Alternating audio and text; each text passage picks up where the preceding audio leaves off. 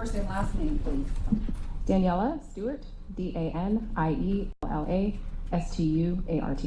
Where are you employed? The Georgia Bureau of Investigation. How long have you worked for the Georgia Bureau of Investigation? Approximately 8 years. What are your current duties and assignments there? I'm currently assigned to my office as a crime scene specialist, but my title is special agent. I use them interchangeably. What is a crime scene specialist and which office do you work out of? A crime scene specialist is a special agent that is assigned specifically to work crime scenes. So we specialize in just crime scenes. And I'm assigned to the Regional 11 Athens office. Tell the court a little bit about your training and your education that qualifies you for your job. So I have over 2,000 hours of combined law enforcement and crime scene training, and specifically I'm a graduate of the National Forensic Academy, which is a 10-week academy in Tennessee where we learn about latent print processing, blood stain, shooting reconstruction, advanced processing techniques for crime scene. I am also a state certified crime scene technician, so I've taken the 7 classes that the state requires for that certification.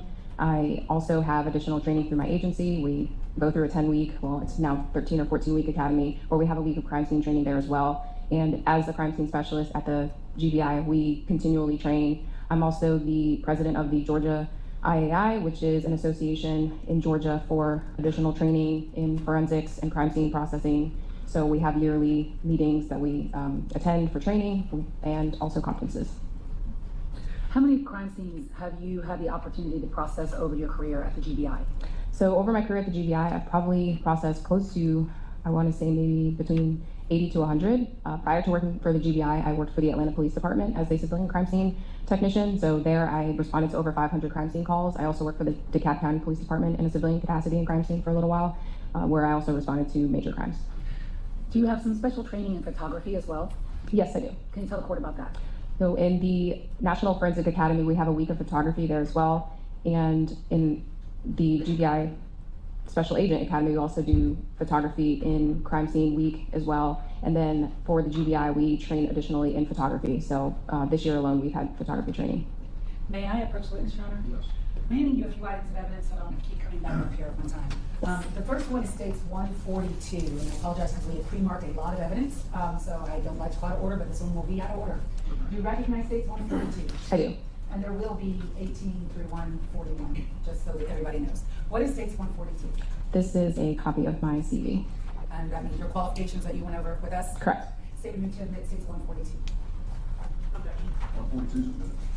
The next fact I am going to hand you is going to be a series of photographs and a crime scene sketch. The photographs are marked for the record as states exhibits 18 through 84.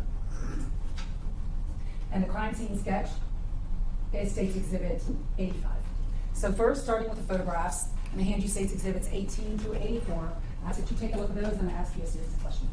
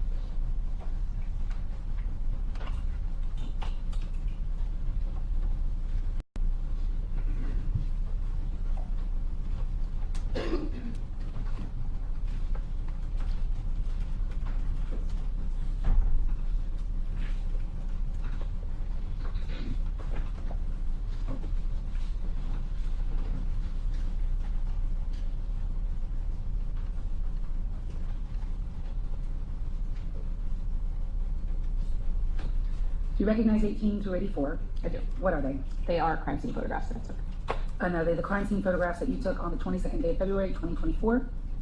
Yes. And do they fairly and accurately depict the scene as you saw it on that day? Yes, they do. Statement to admit states 18 through 84. No objection. They're admitted. States exhibit 85, is that still in front of you? Yes. Can you tell us what that is? This is one of my crime scene sketches. And is that a fair and accurate copy of your crime scene sketch? And does that sketch adequately and accurately represent the scene as you saw it on that day? Correct. Statement to admit states exhibit 85. No objection. 85 is admitted. And before I even move on to, I want to ask you a little bit, I know it's in your CV, but I would like you to tell the court a little bit about your training in latent print processing. What is latent print? What is the processing of it? How are you trained in that regard? So as far as latent print processing, again, at the National Forensic Academy, we have a week of latent print processing there as well, which includes latent print photography.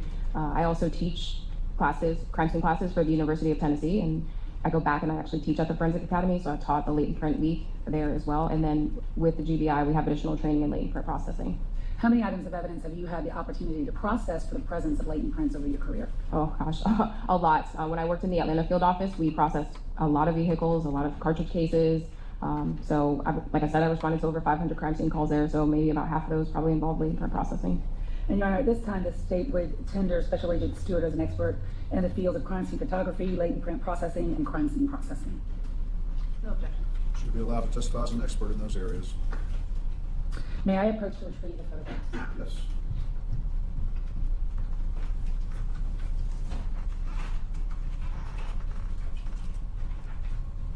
Could you start first by telling the court what date and time did you get a call to process a scene on the University of Georgia's campus?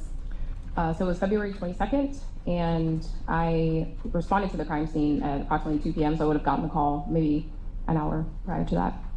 Tell the court what the crime scene was like when you got there. When I got there, one of the things that I noticed was it was very windy out. There was a lot of leaf coverage in the area. It was a wooded area. What was the temperature like? It was approximately 67 degrees. Was this an outdoor scene? It was an outdoor scene. Can you tell the court what are the challenges particular to outdoor scenes? So with an outdoor scene, obviously you're dealing with weather conditions, basically Mother Nature, could be directly impacting you. Whereas when you have an indoor scene, even if it's raining outside, it's not really going to impact how you work. And did you find any challenges with this particular scene due to the foliage? Yeah, so like I stated previously, the leaf coverage was kind of thick in the area that was off of the trail, and it was also very windy. And so how did that impact you and your ability to process the scene? Well, when it's windy, obviously things are not going to stay where they normally are or where they were previously. So you kind of have to take that into account when you're looking for evidence.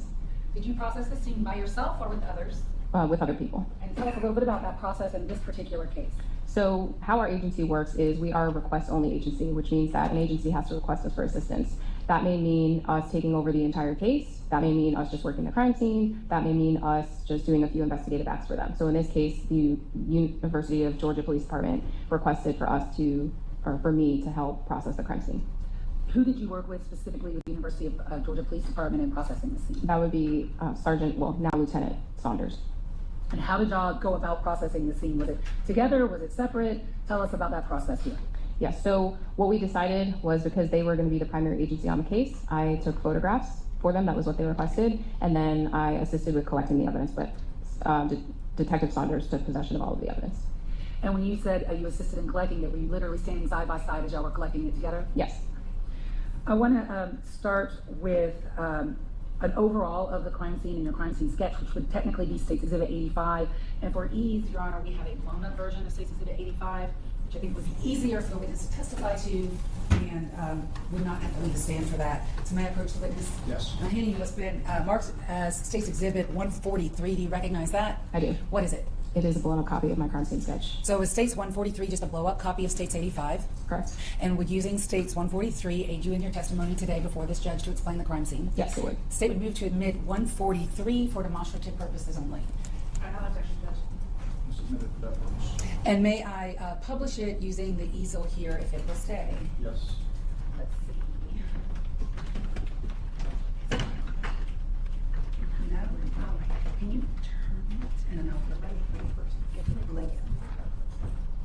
Yeah, so you can put this back forward.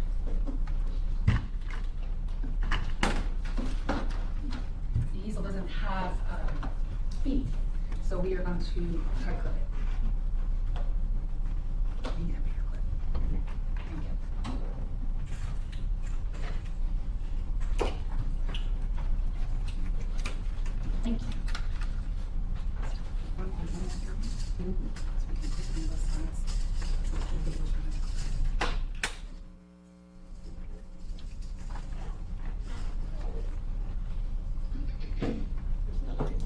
Thank you.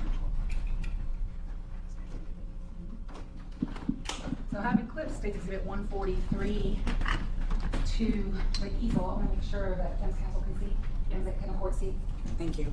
I want to start talking to you about your photos. How many evidence markers did you have on the scene, and what is the significance of the evidence markers? I used 8 evidence markers. And did you label the items of evidence by number? Yes. And just before we get started, tell the court, what is evidence item number 1 that you collected or you assigned number 1? The AirPod. And evidence item 2? Evidence item 2 was a blood-stained rock. Evidence item 3? A blood-stained rock. Evidence item 4? Was a section of a tree. Evidence item 5? The jacket. Evidence item 6? The sports bra. Evidence item 7? A suspected blood stain.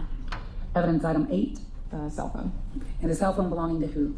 Laken Riley. Did you assign these a number by any significance, or just the number in which you collected them, or? Just the number in which I collected them. Sometimes I do it by what I first see. It just depends. I'd like to start first with State's Exhibit and 18. Tell the court, what are we looking at here? So this is an overall photograph of the trail. And in this picture, State's Exhibit 18, in what direction would be Laken Riley's body? It would be towards the right side. Okay, so I'm gonna, for the record, point my finger on the right side where my finger is? Yes. That would be in that direction? Yes. When you got there, did you observe, first of all, was Laken's body still there? Yes, it was. And did you observe any signs of medical intervention? Yes. What did you observe? So with me, the AED pads were actually still on her body, and the AED was actually still audible. What is an AED? It is a device that first responders use to try to revive individuals. State's Exhibit 22, what are we looking at there?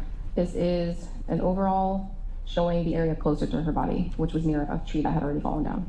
The tree that her body was near that had already fallen down, can you see that? Can you point to it for the record? Yes. The screens don't work like that. I think you have to point behind you. Okay. Thank you. She's a pointer. Right here. It's in the middle of photograph 22. Yes. Page 22.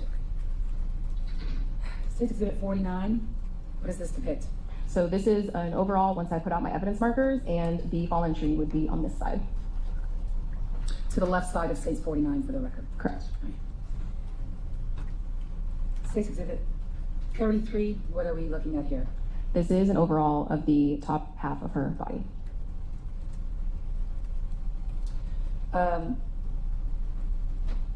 Did you observe injuries to Laken Riley's body? Yes. State's Exhibit 35, tell the court, first of all, where overall did you observe injuries? So there were injuries to the left side of her head, and then there were also these linear marks on her torso. And point to those for us. Is that, okay, thank you. Middle of State's 35.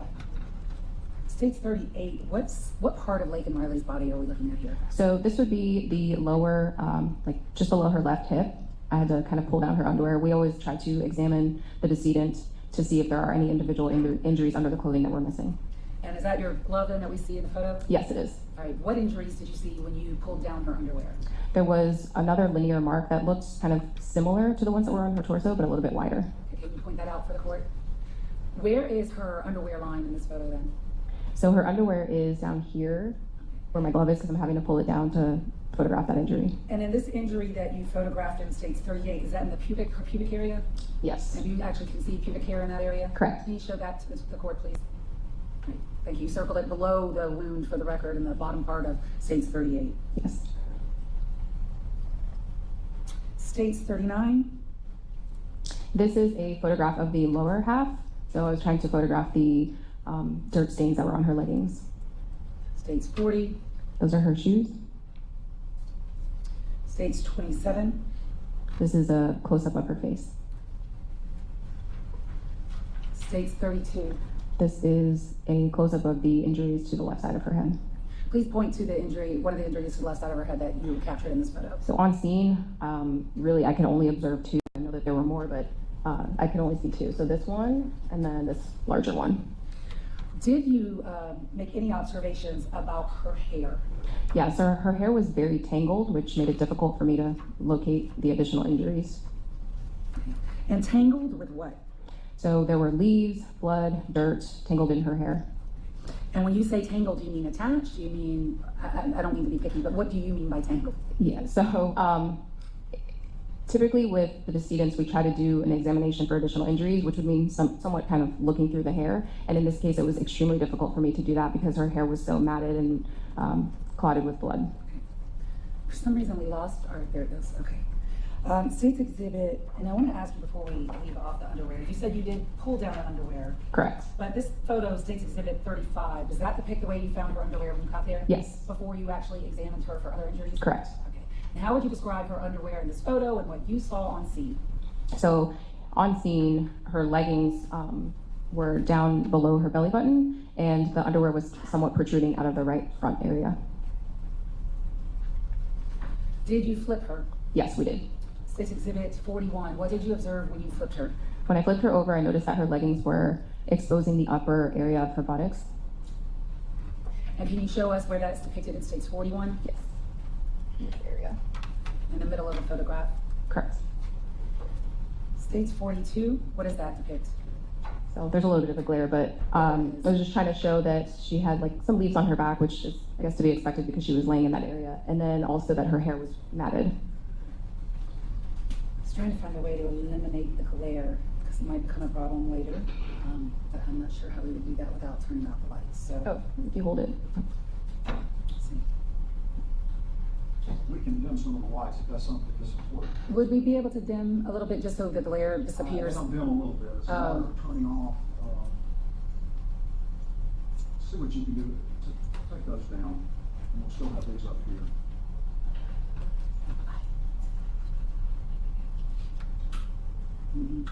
That's too late, much better. Thank you, Your Honor. Would the glare be gone? State's 42. Can you show us what part of Laken's body are we looking at here, and what are you photographing? So we're looking at the back, but also we're looking at her head where her hair is has leaves and sticks and dirt and blood in it. Where's her neck in that photograph? Okay. And was she wearing a necklace? Yes, she was. Okay. And can you point the necklace out on State's 42 at the top of the picture? Okay. Thank you. State's 43. This is a photograph of her left hand. Was she wearing a watch? She was. And do you see that watch in this photograph? Yes. And can you please point to it? Thank you. State's 44. This is a photograph of her left hand also, just her fingernails. State's 45. Photograph of her right hand. State's 46. Another photograph of the right hand showing her fingernails.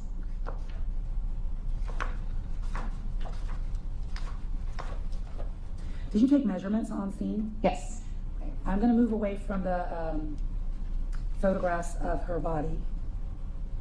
But before I do that, I wanted to ask you about her shoes and any observations you may have made about her shoes. What type of shoes was she wearing? She had Hoka brand running sneakers.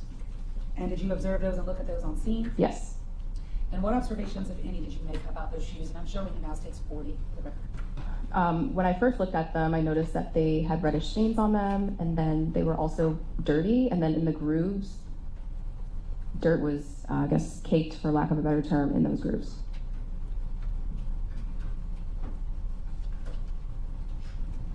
And when you say reddish brown stains, what do you mean by that? The suspected blood stains.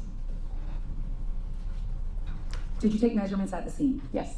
And I ask you, first starting with what you marked on your evidence marker as your evidence marker 1, and while we're talking about evidence marker 1, I'm going to approach you with some of the evidence. Do you have gloves? Yes, I do. Would you glove up, please? Yes. And may I approach the witness, Your Honor? Yes.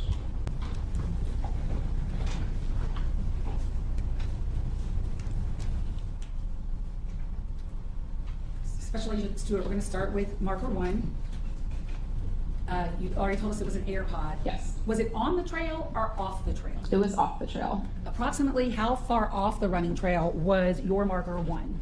That was a little difficult to determine because it was hard to see where the trail actually ended and where the road started and the, I guess like the leaves, because the leaves were so thick in that area, but it wasn't far. So when we see leaves in this photograph, State's 55, could you also then point for the court where is the marker 1 on this chart? Yes. At the bottom of 143. Yes. And may I approach the witness, Your Honor? Yes. Pending what's been marked for identification purposes, a State's Exhibit 86. Do you recognize State's 86? Yes. What is it? It is the AirPod. And if you can keep your voice up so now the reporter can hear you, and you can take it back, okay. And is the AirPod in the same or substantially same condition as it was when you collected it on the 22nd day of February 2024? Yes. State would move to admit State's Exhibit 86. Request permission to publish. No objection. 86 is admitted. May I publish? Yes. Okay.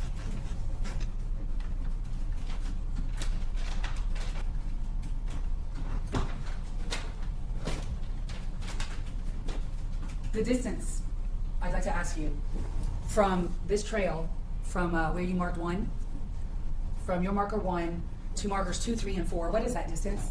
64 feet, 11 inches. And you measured that day? Yes. The distance from where you marked 2, 3, and 4 to where Laken Riley's body was found, what is that distance? 13 feet. And the distance from marker 8, and what is marker 8 again? The phone. The distance from Laken Riley's body over here at 5 and 6 to the phone is what? I believe it's 54.7 or 57.4. Over 50 feet. Yeah, it's over 50 feet. Thank you. I want to go on to your evidence markers 2 and 3. What were those? This was evidence markers 2 and 3 represent rocks that were bloodstained, and then evidence marker 4 represents the tree that had bloodstains. All right, before we zoom in on 2, 3, and 4, what, if anything, did you notice about this area in your crime scene sketch that you labeled 2, 3, and 4? So in this area near evidence markers 2, 3, and 4, there was also an area where I could actually see the ground, where the leaves were significantly disturbed to the point where I could physically see the ground. And why is that significant to you? Because the leaf coverage was pretty thick throughout the entire crime scene, and there were no other areas where I could actually see the ground. So what conclusions did you draw based upon that? Based on that, and then also like her hair being very matted, some type of significant disturbance happened in that area. Did you observe blood in that area? I did. And where did you observe the blood in that area? The blood was near evidence markers 2, 3, and 4, and there was no other blood in the crime scene other than obviously where her body was resting. State's Exhibit 62, what is that? That is a close-up photograph of the rock from evidence marker 2. I'm just asking why you think it's going Out, yes. Does it sleep? Is that a sleep mode? No, it shouldn't be. We don't have that problem. It must be a connection issue, but I'm not sure. If it gets worse, we can, a lot of times it's, we'll just keep watching and see. I don't know. That is a rock. Is this one 2 or 3? That one is evidence marker 2, and there were some hairs on that rock. What type of hair? It looked like it was brown, yeah, brown. 63 This is the rock from evidence marker 3. and 64. Another view of that rock, and you can see that there's hair on it. May I approach the witness, Your Honor? Yes.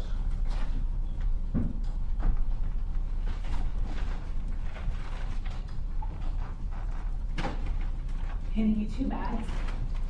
One is State's Exhibit 87, the other one is State's Exhibit 88. I'm going to ask that you look inside both of those bags, and then I'm going to ask you some questions. Should I pull the items out? Yeah, if you can see it for yourself, yes.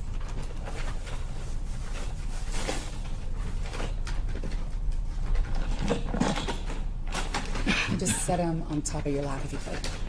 And just do them at the same time if you could do the other one, and then I'll ask you about both at the same time.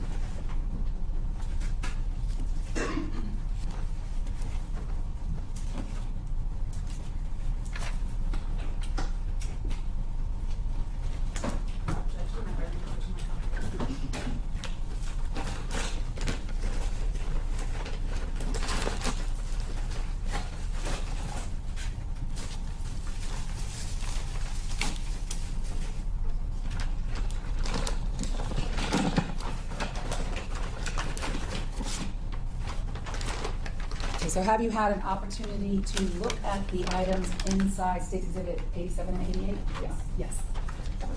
Yes. Do you recognize those items? I do.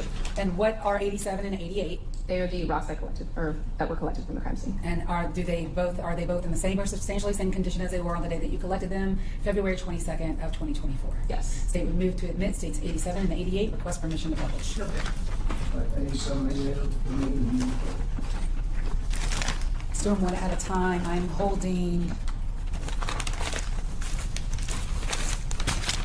Yes, that's the first one. So this is State's Exhibit 87 I'm about to publish to the court. Which number is this in your crime scene sketch? Evidence marker 2. That's marker 2.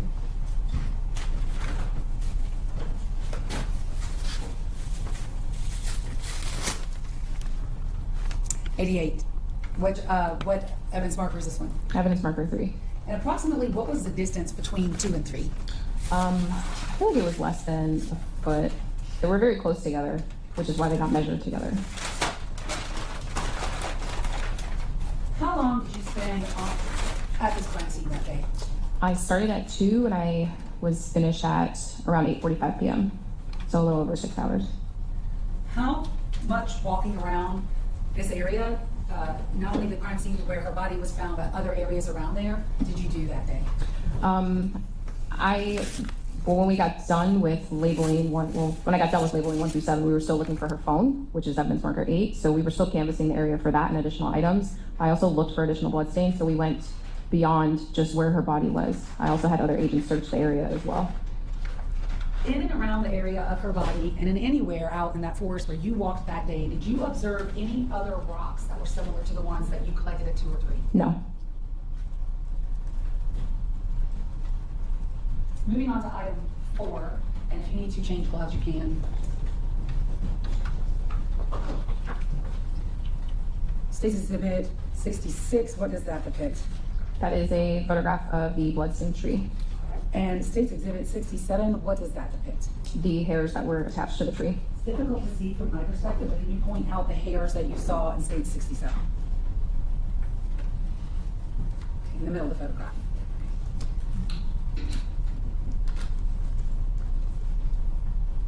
May I approach the witness, Your Honor? Yes. Handing you now what's been marked for identification purposes as State's Exhibit 89. Ask you to look at that, please.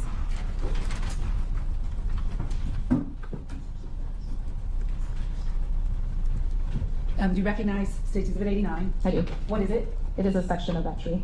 And is it in the same or substantially same condition as it was the day you collected it on February 22nd? Yes. Do you move to admit State's Exhibit 89? No objection. And may I publish? Yes.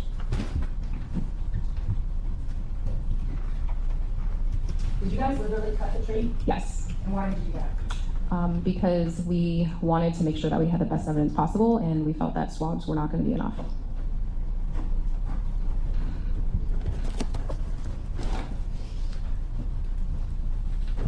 Evidence marker 5.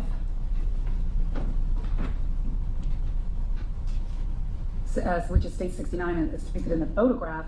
What is that? That's her jacket. And State's Exhibit 70, what does that depict? Her sports bra. And had those items been cut prior to your arrival? Yes. May I approach the witness, Your Honor? Yes.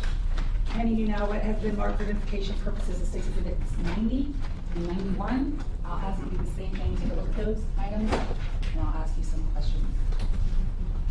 Can you start with 90?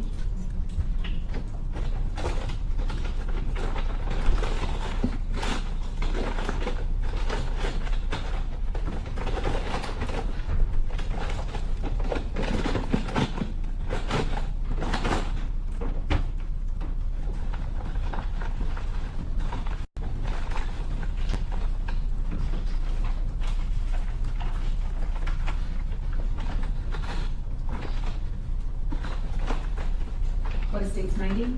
This is her jacket, and actually there was also her shirt, but her clothing was so tangled that I didn't even realize the shirt was in there on scene. And when you say tangled, what do you mean by that? Well, the AED pads, it had been cut off by law enforcement. The AED pads were tangled in the clothing, and to avoid disturbing any trace evidence, we didn't open it completely.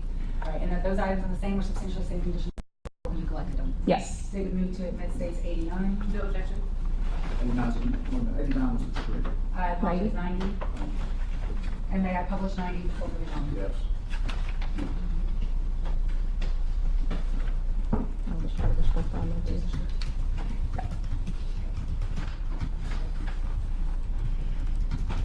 Let's do them one at a time. And 90, there are 3 items inside State's 90, the bag that's marked State's 90. Item number 1 I have in my hand inside of State's 90 is in my right hand. What is this item? That is the jacket, Item 2 in my left hand inside of State's 90, what is that? the shirt. Does this jacket have a zipper on it? Yes, it does. Item number 3 inside of State's 90, what is this? A section of the sports bra. Moving on to states 91. Sorry, ma'am. Let me get that. Or do you want to pick up here? Pick that.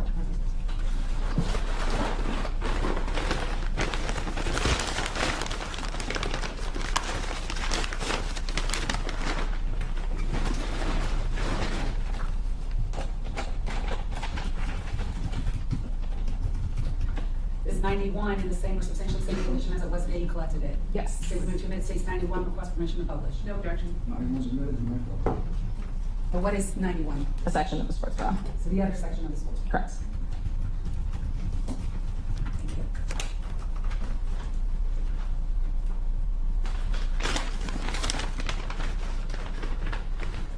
That would bring us to your item number 7. Could you tell us about item 7? So as I mentioned before, I was trying to look for additional evidence, and as I was walking the area looking for additional blood stains, I came across a dark colored stain that I suspected could be blood, so I marked it, I tested it, it ended up not testing for the presence of blood. And that's item 73, or it's 73? Yes. I'll show you states 50. What are we looking at there? So this is after I put out my evidence markers, and I'm just showing generally where the evidence markers are, and then this is the area of disturbed leaves, Show the area disturbed leaves. where I could actually see the ground. So would it be in states 50 between the tree that you cut and Laken Riley's body in that photograph? Correct. States exhibit 54. Let me move some. What does that depict? Wait a second, I think it'll clear on its own. There we go. So in this photograph, I'm trying to show evidence marker number 1, which is the air pod, and then there was also a path of disturbed leaves, not as disturbed as the area near 2, 3, and 4, that I used pin flags to kind of show the track of the disturbed leaves. And that path of disturbed leaves, did it go from the trail to where? It went from the trail to evidence markers 2, 3, and 4. And that path would be how long in length? It would have been a little less than 6411. But would it be over 50 feet? Yes. When you say you saw disturbed leaves and you marked them with those orange flags, what did you physically see? So when we were looking in the area, we were trying to look for additional evidence or just evidence in general. There, like I said, the leaf coverage was thick, but you could see almost like a slight depression in that area that led from the trail to the area of evidence markers 2, 3, and 4. And it was a little challenging to photograph because of the shadows of the trees, so I used the pin flags to show the path. And what are we looking at here in states 53? So this is a photograph from evidence markers 2, 3, and 4 back out, showing the viewpoint from the opposite direction, going from 2, 3, and 4 back to the trail, and then the pin flags are there. Can you point to the pin flags so we can see them? Yes. Up in the middle of the photograph. And when you walked that trail and you photographed and you looked at, did you look at the disturbed leaf path? Yes. Did you see any blood? No, I did not.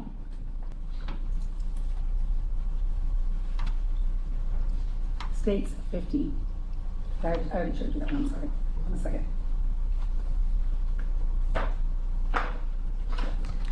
I want to talk to you about your marker 8.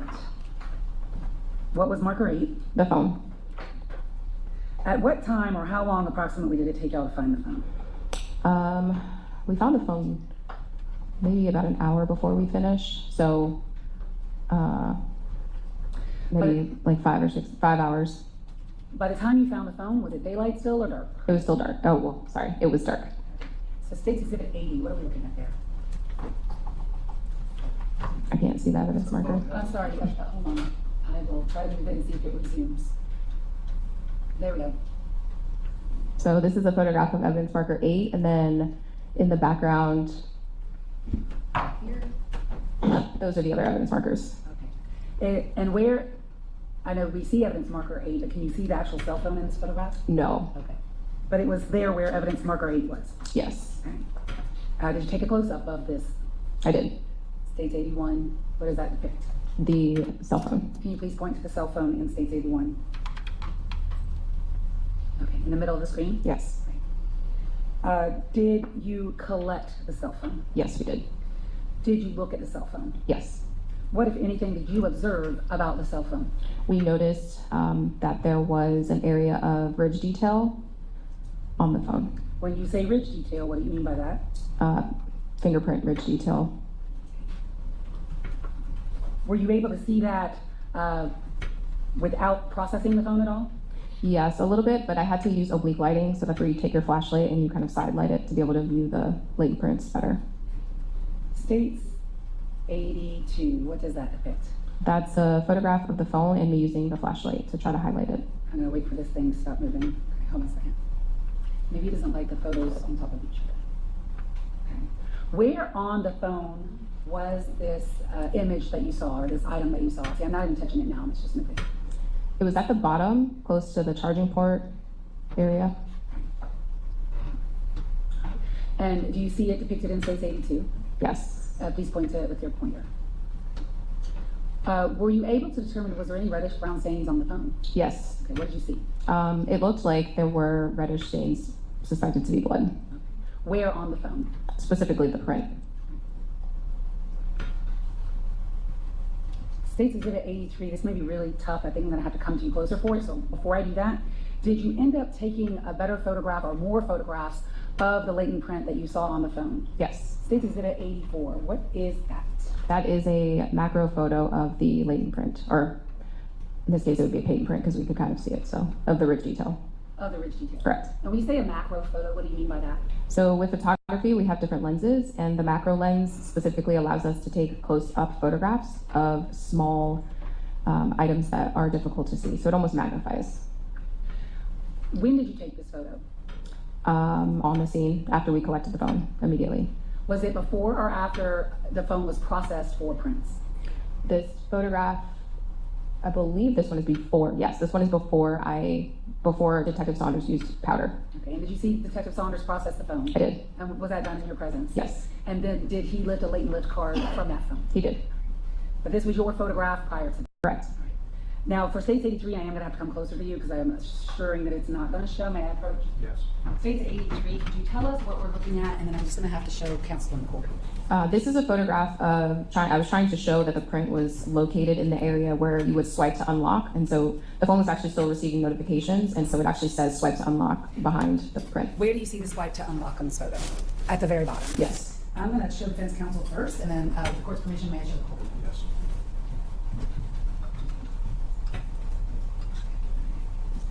And I approach the court. It's very difficult to see, but my thumb is. So moving to the phone and your exhibit marker 8.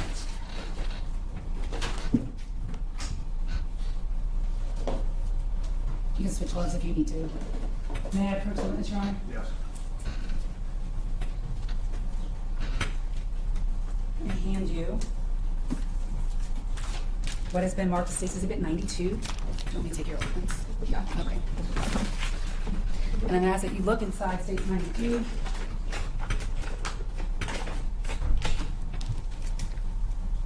Do you recognize what's inside State's 92? Yes. And what is it? This is the cell phone that was at evidence marker 8. And is it in the same or substantial same condition as it was when you collected it? Yes. So we move to admit State's 92. No objection. 92 submitted. May I publish? Yes. So while I'm publishing the phone, can you put, using your finger where you saw the latent or patent ridge detail that we see in States 84? It would have been right here. And do you have an iPhone? Yes, I do. Right here where you put your finger, is that where you would hang up a call? Yes. On an iPhone? Yes.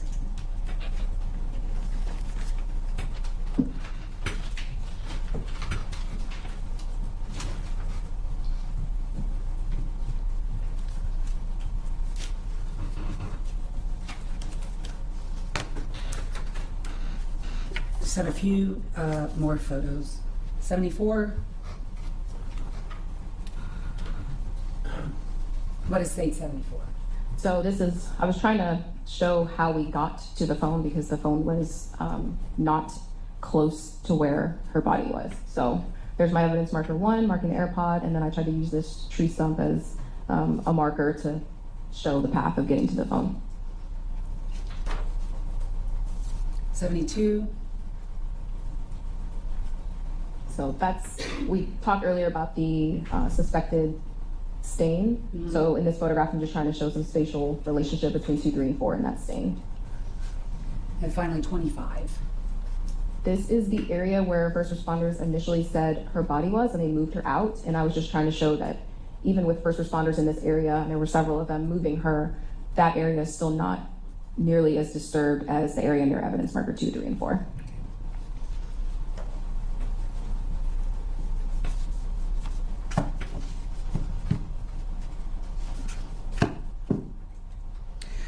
On the scene that day, were Laken Riley's hands bagged? Yes, they were. And when we say bagged, can you describe what actually happened? What we do is we put handbags over the hands to prevent the loss of any potential trace evidence or DNA. And was that done in your presence by Lieutenant Saunders? Yes.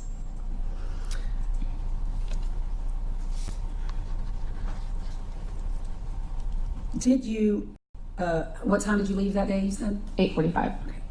At some point, were you asked to assist the same agency in photographing a suspect named Jose Ibarra? Yes. Can you tell the court what day and time were you asked to do that, and where were you and what did you do? That would have been the 23rd, and it was approximately 9 p.m. when I arrived at the police department, Which police department? the Athens Clark County Police Department.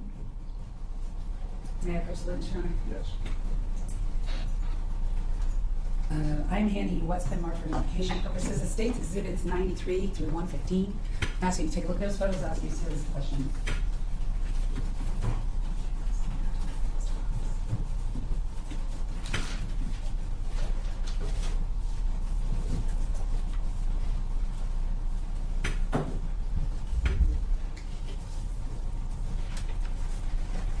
Do you recognize 93 through 115? Yes. What are they? They are photographs of Mr. Ibarra.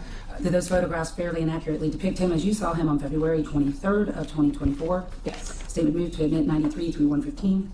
No objection. 93 through 115 are admitted. And may I request permission to publish? May I approach to retrieve? Yes.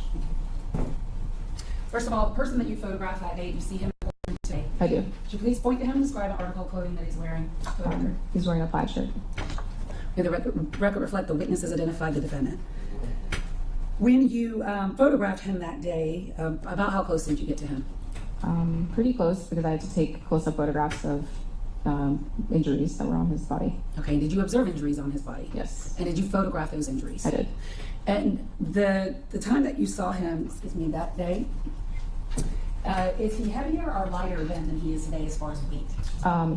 When I photographed him, he was heavier. Publishing State's Exhibit 93, tell us what that depicts. It's an overall photograph. State's 94, and it might be really hard to see, but maybe not. What does that depict? An overall photograph of his hands. Okay. And did you observe or photograph any injuries to his hands? I did. In general, just show us where they were, and then I'll try to get the close-up photos. Okay, so you're on the left hand for the record? Yes. Okay, and you pointed to the wrist area. Yes. Here. Left pinky finger. Yes. Okay. And I believe I photographed this one as well. Right middle finger. Yes. So, State's 95. Could be hard to see. Can you see? Yes. Okay, show us that injury. Let's show a few more of these. State's 100. That's the wrist, left wrist, State's 98. left pinky. Whose scale is that? Mine.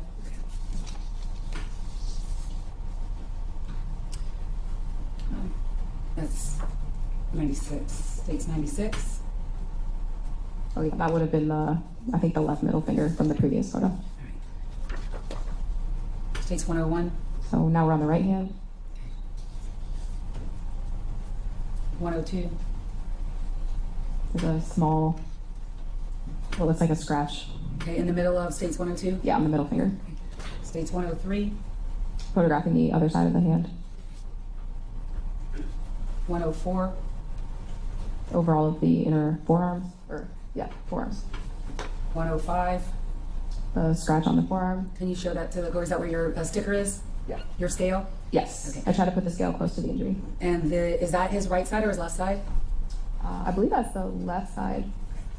What I need Yes, because it would be here. That's the left side? Yes. State's 106. It's an overall of his upper body. States 107. and overall at the back, and there's something here Okay, when you say something, where are you pointing? in the middle. And did you observe an injury there? Yes. And did you photograph that? Yes. States 108. Is that where your scale is the injury that you observed Yes. in the photograph?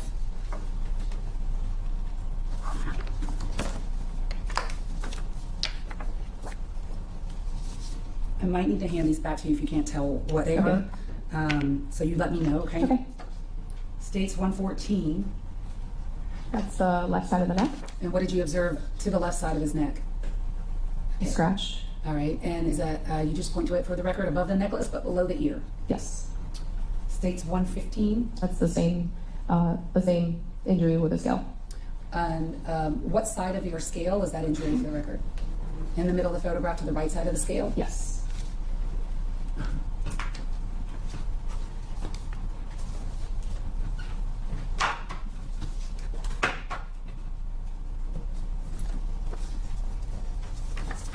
States 112. That would be the right side of the front neck. What did you observe there? Okay, you Looked like it pointed. was a scratch. Okay, in the middle of the photo? States 113. Same scratch with a scale. These are the ones I think I'm gonna have to come and hand back to you. May I Okay. approach the witness? Yes. I'm not sure you'll be able to tell based on what I put on, or the way that, it's probably easier to see. What part of the body is that? This looks like it's the back. 109 looks like it's a close-up of the back. Okay, The mark that was on the back. And then 110 would be the right elbow area. And then 111 is a close-up of that. may I approach the retreat? Yes. I tell you, we're going forward, both prosecution and defense can move around freely. You don't have to. I know you're trying. That's gonna be a hard habit to break. It will, but I will do my best, Your Honor. You may I was just have, trying to. thank you, yes, I understand. I will do my best, you may have to remind me, because I used to get yelled at if I did that. So then, just briefly, states 110. Can you show us the scratch on that? Yes. And then 111. Is that the same area with the scale? Yes. May I have one moment, Your Honor, with counsel?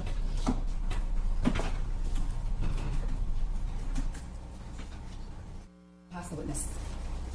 It's better.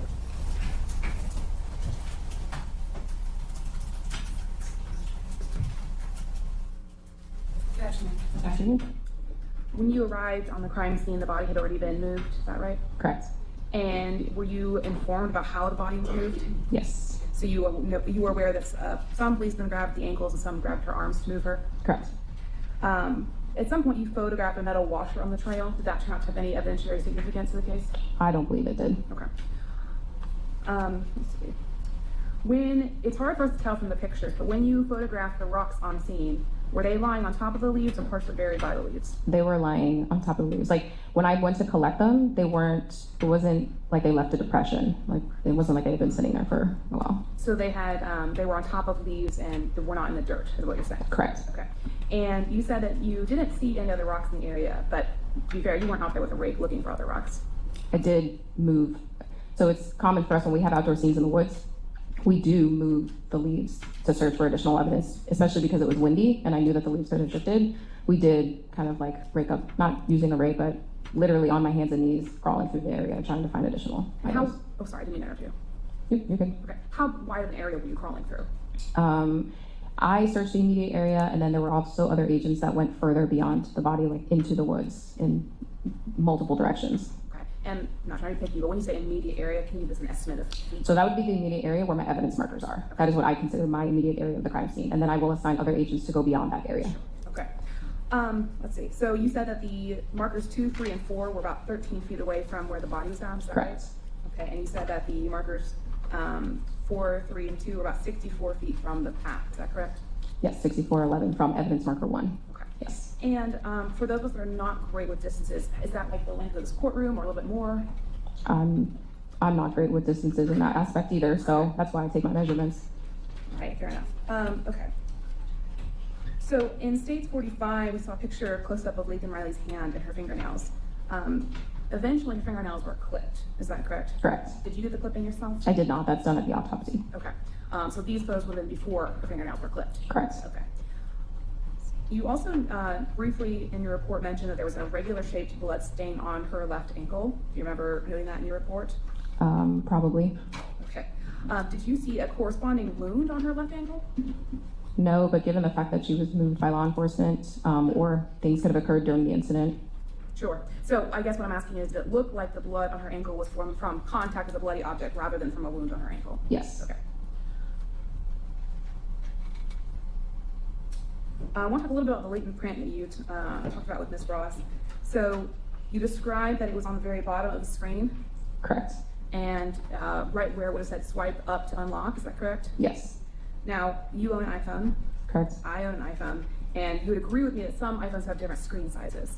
Yes. But you would also agree with me that the marker to hang up a phone call is not at the very bottom of a screen. It depends on your phone, but it doesn't vary that much. I mean, I have an iPhone 13 mini, and which is probably the smallest iPhone you could have, and the screen size is not significantly different. Sure. So just for demonstrative purposes, I'm going to show you my phone. It is also an iPhone. Let's see if I can get it angled the right way. Would you agree with me that would you agree with me that that's a fairly accurate screenshot of where the call would be displayed on an iPhone? Yes. You would agree with me that there's about an inch between the red hang up sign and the bottom of the screen? Yes, but your iPhone has the button. It does have the button, but from the bottom of the screen to the red button is about an inch. I'd have to measure it. It's not touching the bottom of the screen, right? No. You were present during the autopsy of Ms. Riley, Correct. and you spoke with the medical examiner regarding the state of the crime scene as she was doing the autopsy. I did. Did you discuss her conclusions with her at that time? No. You noted in your report that you searched Ms. Riley's shoes for a house key. Yes, so at some point while we were working the crime scene, we were looking for her phone and potentially a house key. So some runners run with a house key in their shoe. They take the single key and they put it in their shoe. And you didn't find the house key in her shoe. I did not. Did you ever find the house key in any of her clothing articles? I did not. Okay.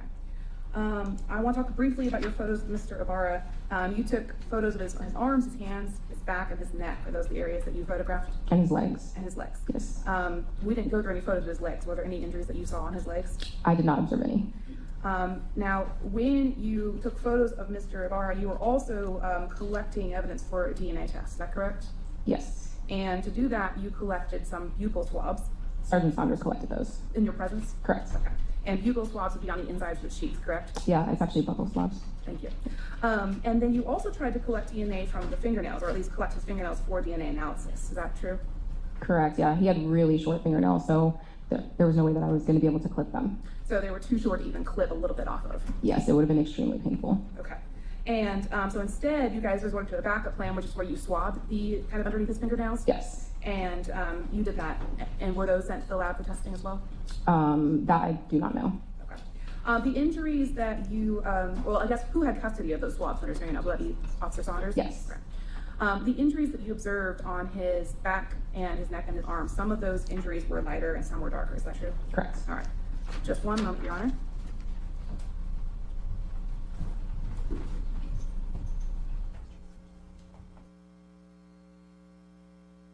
Briefly. Let's measure out 64 feet and 11 inches, all right? So, court permission, can you stand? Yep. And just step before those to hold the end. Hold the end. Actually, I should hold the end. You should tell me when we get there. Okay. All right? Go over where you need to go to make it work.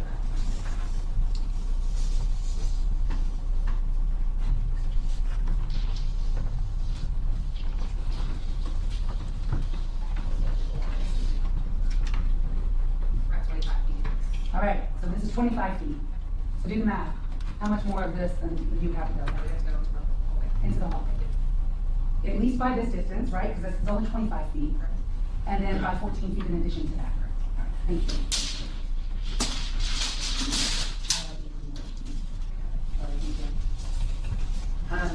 The iPhone. You had mentioned when this spec shows you her phone, that hers has that button the Apple doesn't use anymore, the bottom of the screen, correct? Correct. Did Laken Riley's phone have that button? No, it did not have the home button. What's the significance of the home button? And why did you point that out to Ms. Beck? Because the home button takes up space, and the whole reason the newer phones have a bigger screen, and the home button gets doesn't take up as much space, which provides a bigger screen. So that would change. Would it change where you would hang up a call? Yes, So Laken Riley's phone did not have a home button like the one on Miss Bett's phone, correct? correct. So it looked more like, I'll just show you my iPhone. Yeah. Would it look more like my iPhone? Yes. No home button. Correct. Hold on just a second. Miss Jackson's about to call me.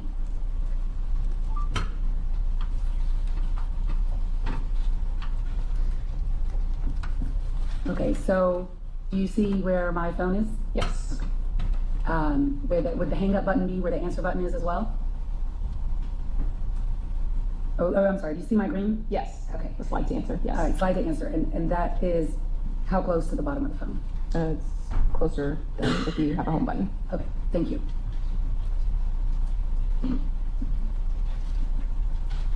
That's all I have. Jamie. Can you recall some stuff?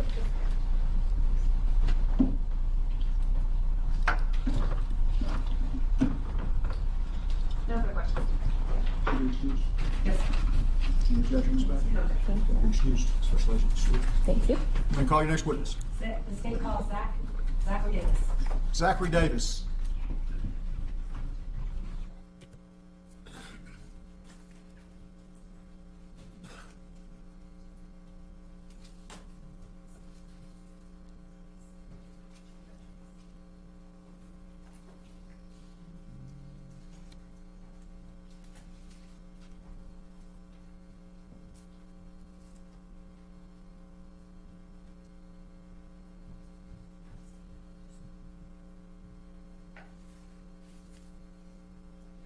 Raise your right hand, please, sir. Do you swear or affirm the testimony you will give today will be the truth, the whole truth, and nothing but the truth, so help you God in the matter of the state of Georgia versus Jose Ibarra? I do. Thank you. Please take a seat, spell your first and last name, provide a court reporter. I am Zachary Davis, Zachary, last name Davis. Where do you work? I'm a police officer with the Athens Clark County Police Department. How long have you worked for the Athens Clark County Police Department? I have been employed with Athens Clark County since March 7th of 2022. What are your duties with Athens Clark County Police Department? I'm a patrol officer. I'm assigned to the West Side Division, work night shift between 6 p.m. and 6 a.m. As patrol officer, what do you do? Typically, it's responding to calls for service. When you call 911 and you want someone to come out, that's your patrol officers that show up. When we're not responding to calls for service, we're expected to be patrolling our areas, meeting the needs of the community. When you patrol, do you wear a uniform such as you are wearing today? Yes. And you drive a patrol car? Yes, ma'am. And were you working for the Athens Clark County Police Department in on February 22nd of 2024? Yes, ma'am. What shift did you work that day? 6 p.m. to 6 a.m. When you came in at 6 p.m., were you given any information about an incident that may have occurred? Yes. What information did you get? At the time, it was very little information, but I was made aware that a female had been murdered in the IM fields, the intramural fields located on UGA's property, just across Millage from my zone. And when you say just across from my zone, what do you mean by that? So we divide the county along Millage. Everything on the east side of Millage, like the downtown area, is east side. I work the west side, so everything on the west side, closer to Oconee County and the mall, that's typically assigned to our side of town. So Millage is basically smack in between the east side and the west side. Yes, Are you familiar with the IM fields in that area of the University of Georgia? I am. How are you familiar with that area? Prior to being a police officer with Athens Clark County, I was employed by the University of Georgia Police Department and served on their patrol division for 5 years and some change. So when you came to work that evening and were given this information, what, if anything, did you do? My shift, we assigned more units down towards that Millage area, just hoping to assist in any way that we could. I immediately started talking to some of the locals, asking if anybody had heard of anything. Nobody really knew anything and could point me in any sort of direction to start working. At that point, the only real information we've been provided was a photo, a very grainy photo that I was told was taken from Building S on the University of Georgia's, when I worked there, it was called Family Housing. I'm not sure what it's called now. It's down there off of Rogers Road, East Campus Road. I was told that photo was of someone suspicious in the area that morning. I knew the proximity of Building S to the IM fields and the location that I work for the county down in South Millage. I began checking in those areas for anything to go off of. So tell us the proximities that you knew of then. The Building S that you're familiar with, how far away was that from Millage?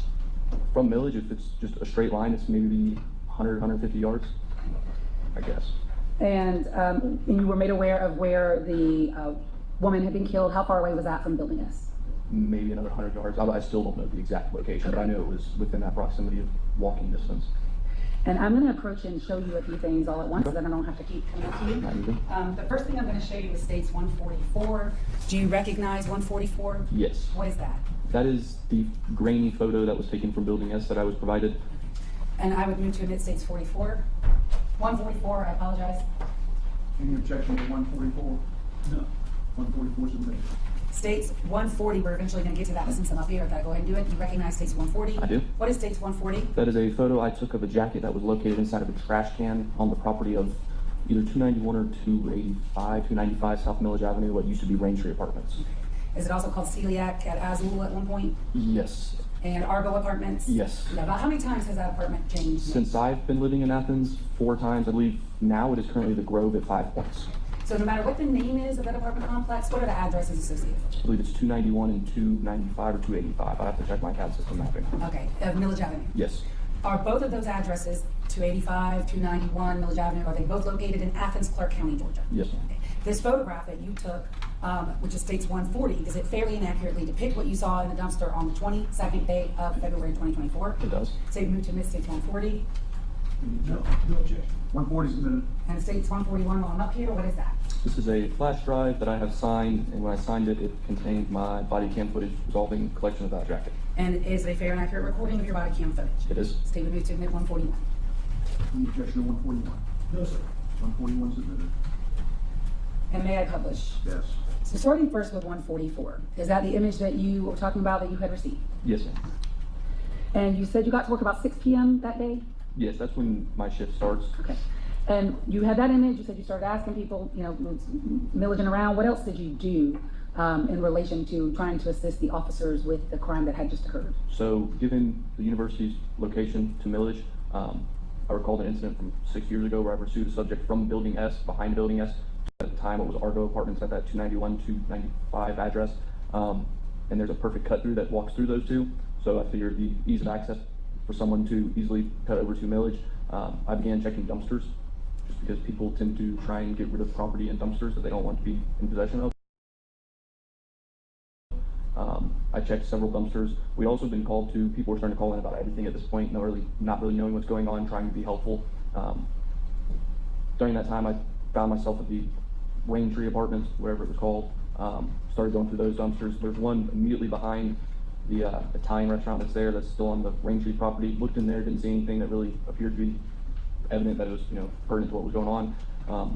I then made my way around. I noticed that the trash had been picked up recently. It's a rather large complex, and Sorry, we had the lights off before you got no, there. it's fine.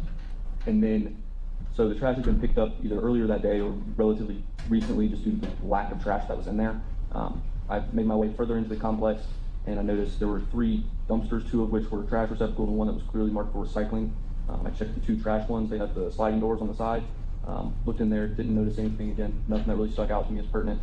Finally went to the one that was strictly labeled for recycling. The sides of it were welded shut, but the top was open, so I climbed up onto it, looked down into it, and that's when I noticed the blue jacket. Okay. And what, if anything, did you notice about the blue jacket? And is it the blue jacket that is depicted here in states 140? It is. All right, there's a pointer right next to you. Can you point out the jacket? Hold on. Oh, it should be, oh, nope, there's your pointer. Perfect. So that is the jacket. The photo of the suspicious individual, they were wearing a darker colored jacket, appeared to have some shinier zippers or buttons on the front, again, super grainy, but something to go on. The zipper, as well as it appeared as though there were leaves, and upon further examination, there was a little bit more. Okay. Could you see anything else on the jacket at some point? Not from this height. At this point, we didn't want to just be chasing down clothes in dumpsters, but given this proximity to the scene, as well as the photo that was taken, I immediately notified my supervisor so that he could contact the University of Georgia Police Department, since they were working the case. Detectives from UGA came out to look at it. They decided they would like to collect the evidence. I volunteered to climb into a dumpster, and upon picking up the jacket, I noticed that there were leaves on it. There were tears on the front as well, and what appeared to be some darker red or brown stains on the sleeves near the wrist. Okay, and did you notice anything else on the jacket? There was, I believe in my video I stated it's a button. The front has 2 pockets up here that fold down, and on the bottom has 2 pockets that fold out. But the buttons are used to close those pockets. Wrapped around one of the pocket buttons appeared to be dark hair. So you jumped into the dumpster. Yes, ma'am. I'm gonna show you or publish for you. Your Honor, can we toggle back over?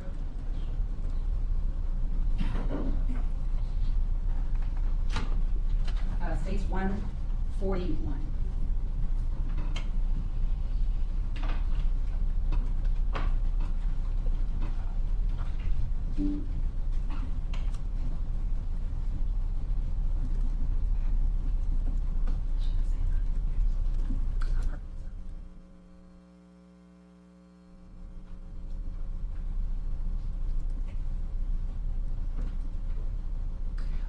Do you see the screen in front of you? See that address, 2091 South Millard Avenue? Yes, And that is located in Athens, Clark County, Georgia. it is. Is that where you found this jacket? It is. Who's that we see in your body That cam is video? Detective Norris from the University of Georgia Police Department. He's the one currently standing on the side of the dumpster. The gentleman on the right is, I'm not sure if his rank at this time, but it is, when I was there, Lieutenant Graham. Okay. So are those ACC PD officers or UGA PD University officers? of Georgia Police Officer. Thank you.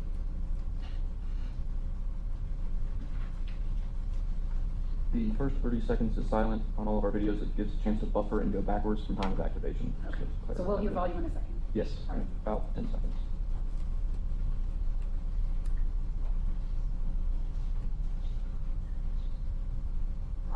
Come on.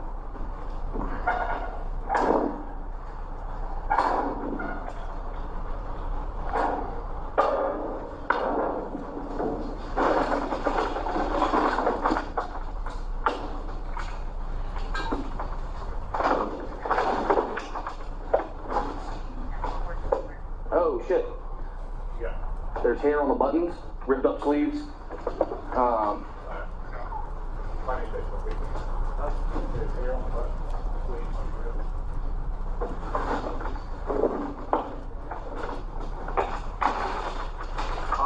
Can you bundle it up with whatever is still in the open bag?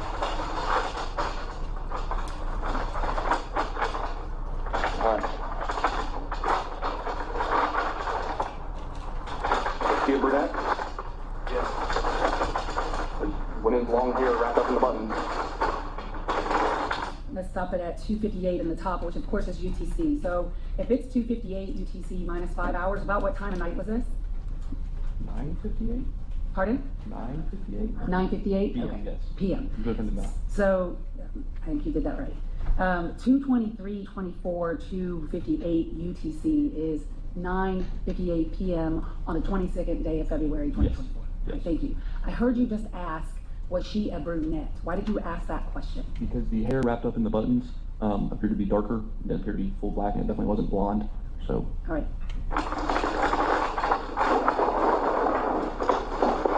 While I'm in here, stand by.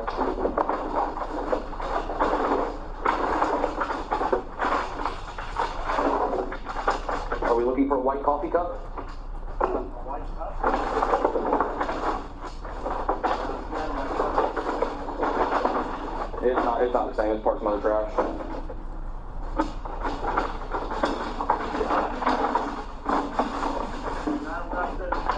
I know I still felt bad about it. I don't see anything else sticking out. You good with it?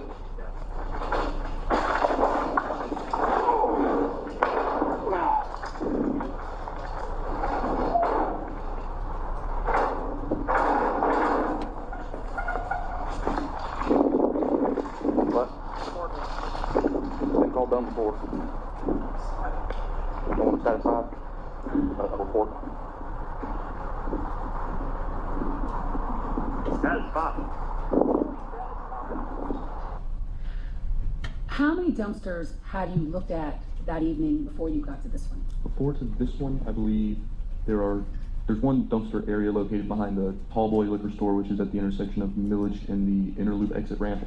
So there'd be one or two dumpsters there, the other one on that property, and then including the two more, so that puts us at 5, and this dumpster makes 6. Somewhere in that area. All right. And we heard you say something about a coffee cup, a white coffee cup. Correct. What was that all about? What were you looking for? In the, what are we calling it, the grainy photo? Sure. In the grainy photo, it appears that the subject's carrying a coffee cup. Okay, well, hold on just a second. Maybe toggle back over. In states 144, do you see the cup you were talking about? I do. Okay, is it in the person's right or left hand? Their left hand. All right. Is that what you were looking for in the dumpster? Yes, I just remember seeing the photo and seeing a white coffee cup, but it didn't appear large enough when I picked it up. And so you didn't find that, but you looked. Correct. And anything else in the dumpster? That was suspicious to you at all? No.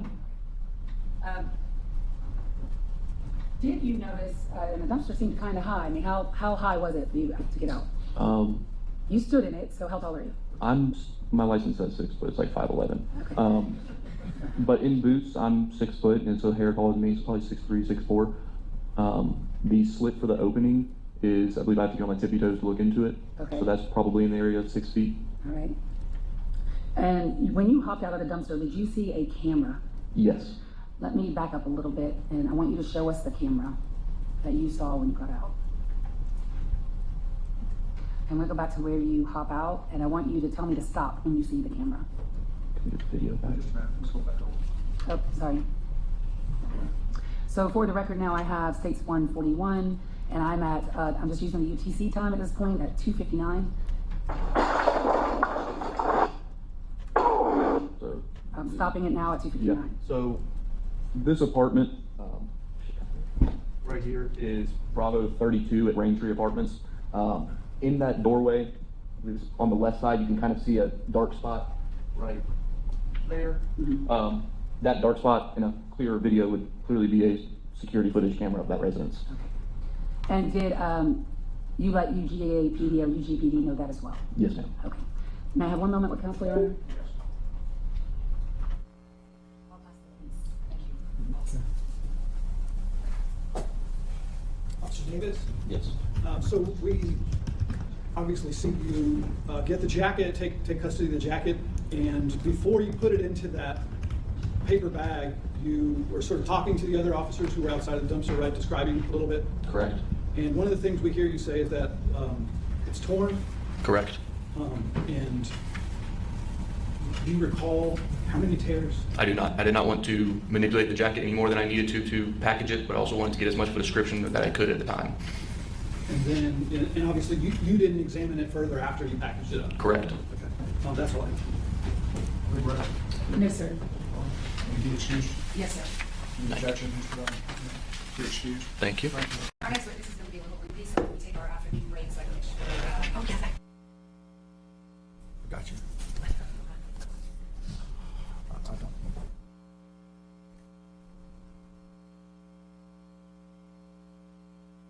Lieutenant Saunders, if you could stand and raise your right hand, please, sir. Do you swear or affirm the testimony that you will give today in the matter of state of Georgia versus Jose Ibarra will be the truth, the whole truth, and nothing but the truth, so help you God? Please take a seat, spell your first and last name.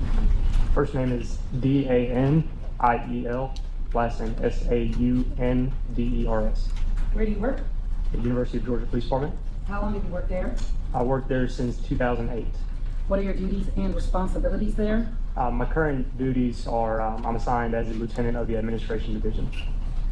At one point, were you over the crime scene section? Yes, I was a sergeant in investigations, and one of my duties was to process crime scenes. Tell the court a little bit about your training for processing a crime scene. Throughout my time at the University of Georgia Police Department, I've taken classes in crime scene investigations, evidence for management, crime scene tech, basic photography, latent print development, and sexual assault investigations.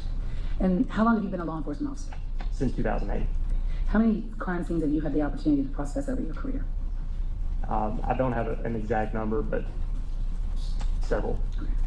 Were you working on February 22nd of 2024? Yes. What were you doing that day? I was working in investigations that day. And what, if anything, occurred that day that brings you to court today? On the 22nd, we had a call go out for a non-accidental death at the intramural fields. I responded to that area to help process the scene. Were you the lead assigned to process the scene, or did you all call another agency to assist you? I initially headed that way, and we hadn't called another agency at that time. While I was taking pictures of the scene, I was informed that the GBI was called to come in and process the scene, so I stood by at that point. When you entered the scene that day, how did you enter the scene? I went in after crime scene specialist Stewart came in. I kind of followed her as she was taking pictures of the overall area. At some point, did you observe a item that was not actually within the crime scene, but kind of close to it? Yes, on the way to where the actual scene itself was, I do remember seeing a white styrofoam cup that was right off the main road leading toward where the scene was. Stood out because it's typically a very clean area right there at the University of Georgia at the intramural fields. So I made a mental note of that at that point. And did you eventually photograph that cup and collect it? Yes. I'm going to show you what has been marked as State's Exhibits 116 through 120. So you look at those for me.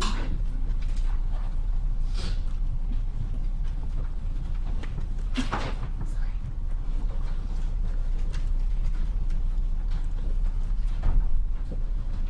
Do you recognize those photographs? Yes. What are they? These are photos that I took of the cup where it stood when I first saw it. And do they fairly and accurately depict the cup as you saw it on February 22nd of 2024? Yes. State will move to admit 116 to 120. No objection. You're admitted.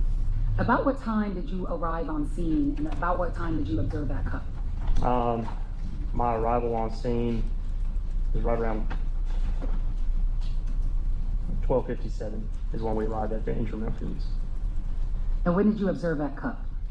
Immediately upon arrival. Your Honor, could you toggle back over to the No, thank you. With the court's permission, may I publish 116? Yes. Through 120. 116, tell us what we're looking at here. This is the main route into the intramural field area. There's a large rock on the left, the road that continues past the rock. Past that and to the left is where the actual crime scene was. Okay, so where my pin is, you see that truck? Yes. Is that in the direction of where the crime scene was? Yes. And to get from where this rock is to where the crime scene is, how do you get there? The primary route, if you're on a vehicle, it's going to be going directly past that cup toward where the vehicle is, and then the road curves off to the left. State's Exhibit 117, what does that depict? That's a closer up image of the rock and the cup. 118, what does that depict? It's the same thing, it's just moving in a little bit closer to where the cup and the rock are. And can you show us where the cup is using the pointer in 118? Yes. Up, you better go up behind you. You can't. be Oh, on the sorry. screen. Right. It's in the middle of 118? 119. Right. In the middle, okay, you can have a seat again. And then State's Exhibit 120, what direction is that?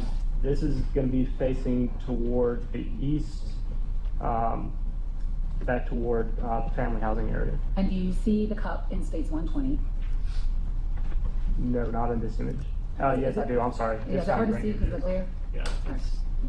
All right, so you pointed out in the right side of the photograph. In this photograph, where is the university housing that you mentioned? University housing is right here on the hill behind the trees. Okay, thank you. So, did you collect this cup? Yes. And when you went to collect the cup, did it have anything in it or was it empty? It had a liquid inside the cup. And did you smell the liquid? Yes. And what, if anything, did you smell? It smelled like alcohol.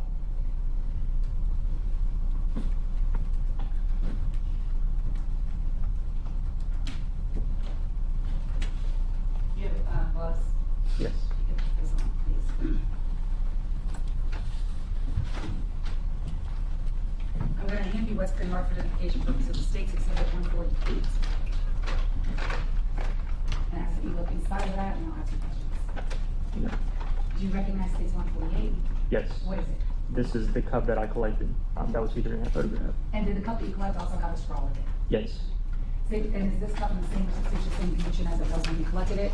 Yes. And do you see the straw and the tops of the cup as well? In there? Yes. State would move to admit State's 148, request permission to publish. No objection. 148 submitted, you may.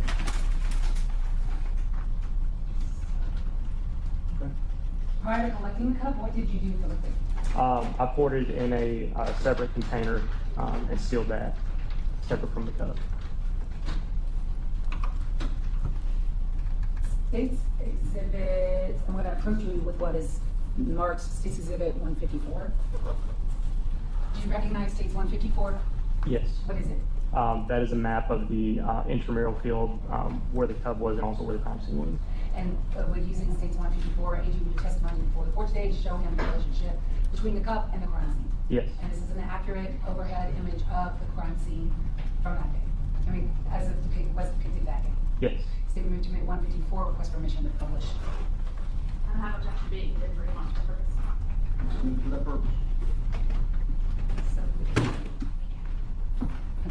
Count the.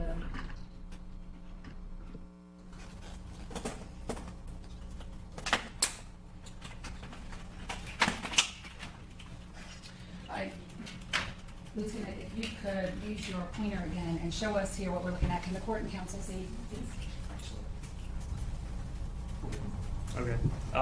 This is the location of where that cub was, right here next to the rock. And this road is the main road that I took to the crime scene, which then loops around and comes back through here, and this is where the scene itself was. And in States 154, do you also see Building S? Yes, right here.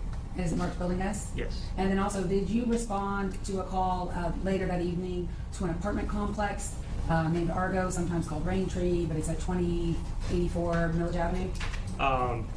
I did, yes. And do you see that also in States Exhibit 154? Yes, right. Right here. At the bottom? Yes. All right, thank you. All right, you can have a seat. In addition to collecting that cup, did you assist Special Agent Stewart in processing the scene? Yes. Tell us how you assisted her. I assisted her by collecting the actual items that were on the scene, by helping her physically put them in the bags, the collection bags. Also, when I collected the cup, and when we found the victim's cell phone, I collected, or Agent Stewart collected that, and then I processed it. Also, the items that were collected by yourself and Special Agent Stewart that day, were they sealed by you? Yes. And were they dropped off at the Georgia Bureau of Investigation Crime Lab for processing sealed? Yes. Did you collect the Garmin watch off of Laken Riley's body? I did. And did you also bag her hands on the scene? I did. How did you bag her hands on scene? Using CSS Stewart provided me with the handbags that she had, and I placed those on the victim's hands. I'm going to hand you two items. The first one is States Exhibit 146.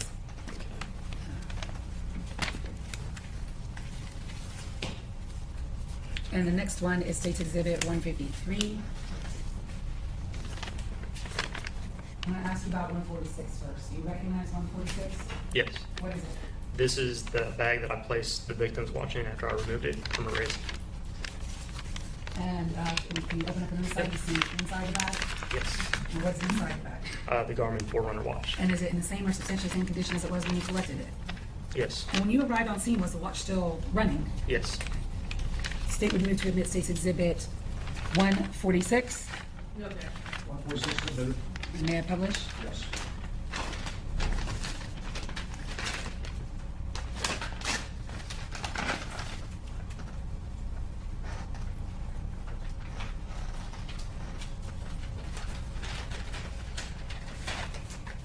And there's 153. I'm going to ask you about 153. Before I do that, tell us about when the phone was found. How did you physically process the phone?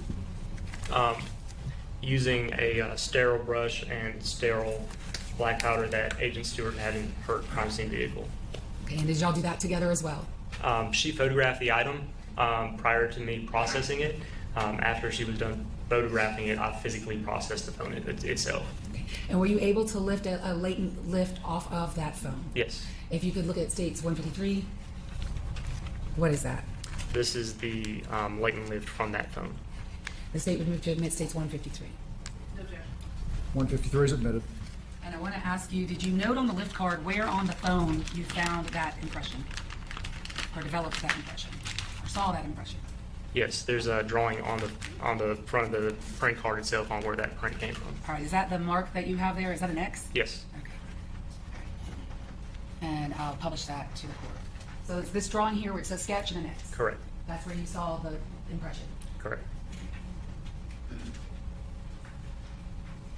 And this latent lift card and Special Agent Stewart's photographs of the latent lift that you all saw on Laken Riley's phone on the 22nd day of February 2024. What did you do with those items? What happened to the photographs and the latent lift card itself? Those were provided to Tim Stewart with Athens Clark County Police Department. And what was the purpose of providing those items to him? He is the local APHIS fingerprint examiner, so those were provided for him for comparison purposes and to run on APHIS. I want to direct your attention to later on that evening. About what time did you leave the crime scene? We left, the crime scene work was actually complete around 8:45. We left closer to 9 o'clock. When you left, where did you go? We were headed back to the station. On the way there, I received notification that Officer Davis with the Athens Clarke County Police Department had found some items, a jacket that may have been related to our crime scene. So did you respond to that location? Yes. When you were there, what, if anything, did you collect or see? While we were on the scene, I collected, I handed an evidence bag to Officer Davis with Athens Clarke County Police Department. He put a blue jacket inside of that bag, and we also collected a set of gloves that were found in a bush nearby where the dumpster was. I'm going to hand you what has been marked for identification purposes of States Exhibits 121 and 130, through 130, not in, but through 121 through 130. As you look at those photographs.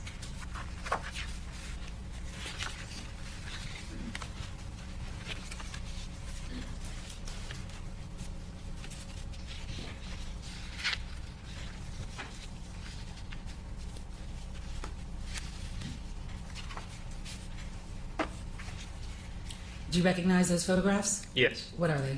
These are pictures of what I took that evening of the dumpster that the jacket was found in, the jacket itself that was in the dumpster, and then the gloves that were found in the bush, and the relation of the bush to where the dumpster is. And do they fairly and accurately pick those items as you saw them on that evening? Yes. The same routine at 121 through 130? No objection. 121 through 130? Request permission to publish. No.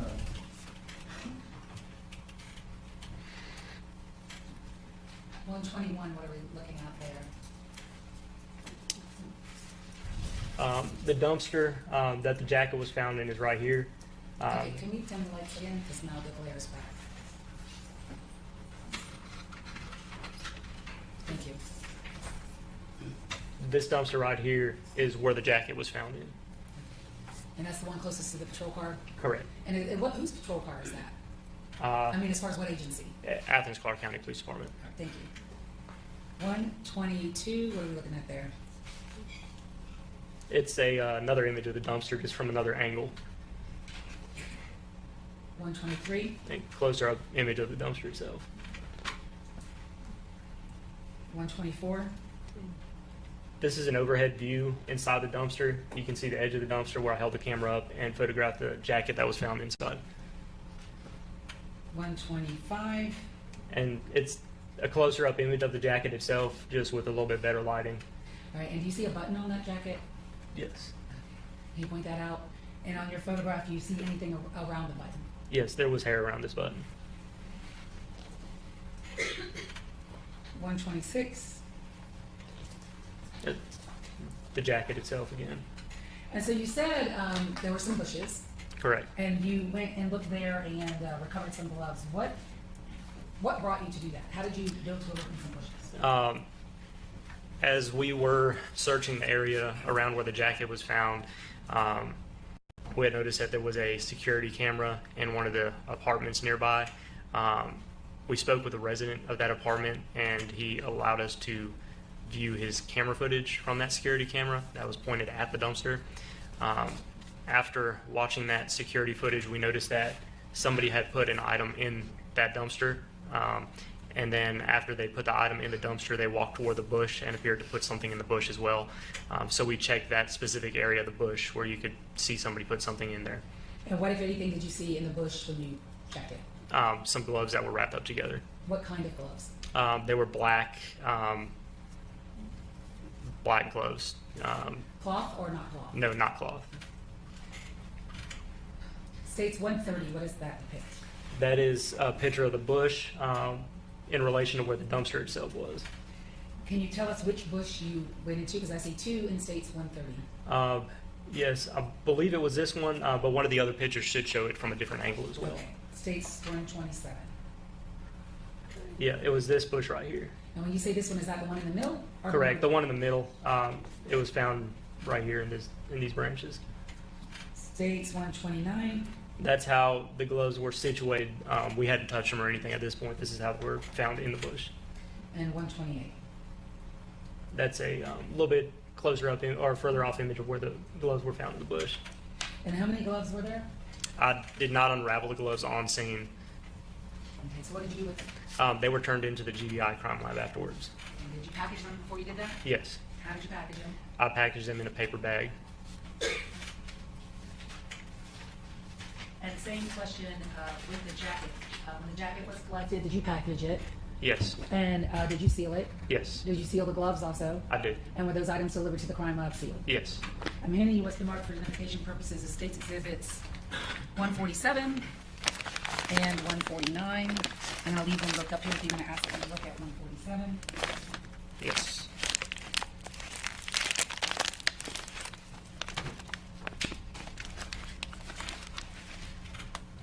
What is 147? This is the jacket that was recovered from the dumpster. And it has gone to the crime lab, correct? Correct. For testing. Yes. The state moved to admit States 147. Any objection? No objection. 147 is admitted. May I publish? Yes.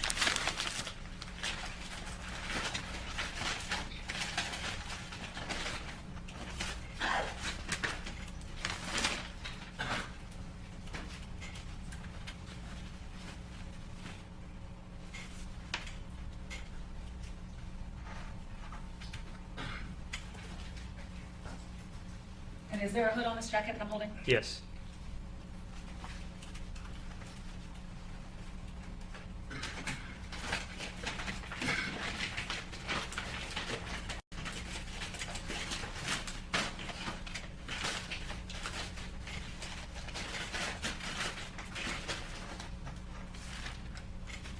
$149.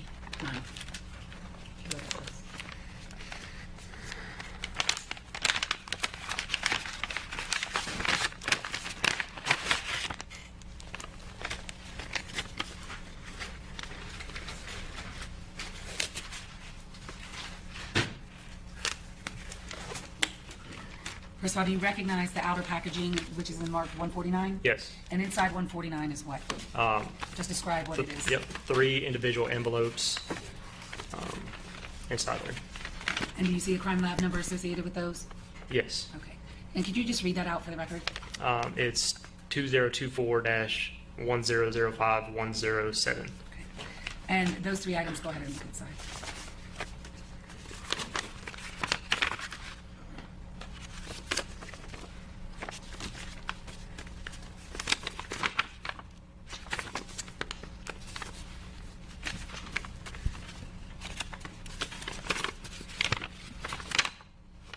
And do you recognize those 3 items inside the envelopes?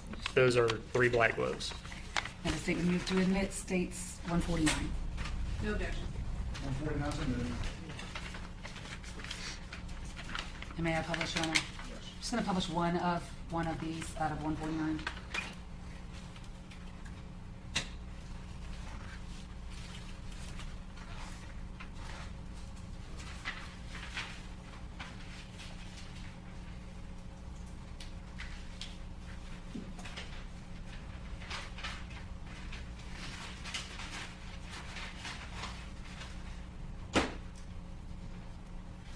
In front of you also is 145. So I'm going to ask you, after the collection of the gloves and the jacket, did you have the opportunity to also assist Special Agent Stewart in processing of the defendant in this case and collecting a sample of his DNA and photographing him? Yes. When did that occur? This occurred on the 23rd. Of what month? The 23rd of February. 2024. Yes. And where did that occur? At the Athens Clark County East Precinct. And were you the person that actually physically swabbed the defendant to get a sample of his DNA? Yes. And was that done after obtaining first a search warrant? Yes. The sample of his DNA, tell the court how exactly you went about collecting it. I collected buccal swabs using 2 sterile cotton swabs on the inside of his cheek. Okay, and then did you label them? Yes. Did you seal them? Yes. And were they delivered to the crime lab sealed? Yes. The person that you swabbed that day, on the 23rd day of February, do you see him in the courtroom today? Yes. Do you please point to him and describe an article of clothing he's wearing? He's wearing a blue and white checkered shirt. May the record reflect the witnesses identified the defendant. States, can you give me that evidence number again? Is that 145? 145. Okay. Are those the swabs that you collected? Yes. And this time, Your Honor, the state move to admit States 145. No objection. 145 submitted.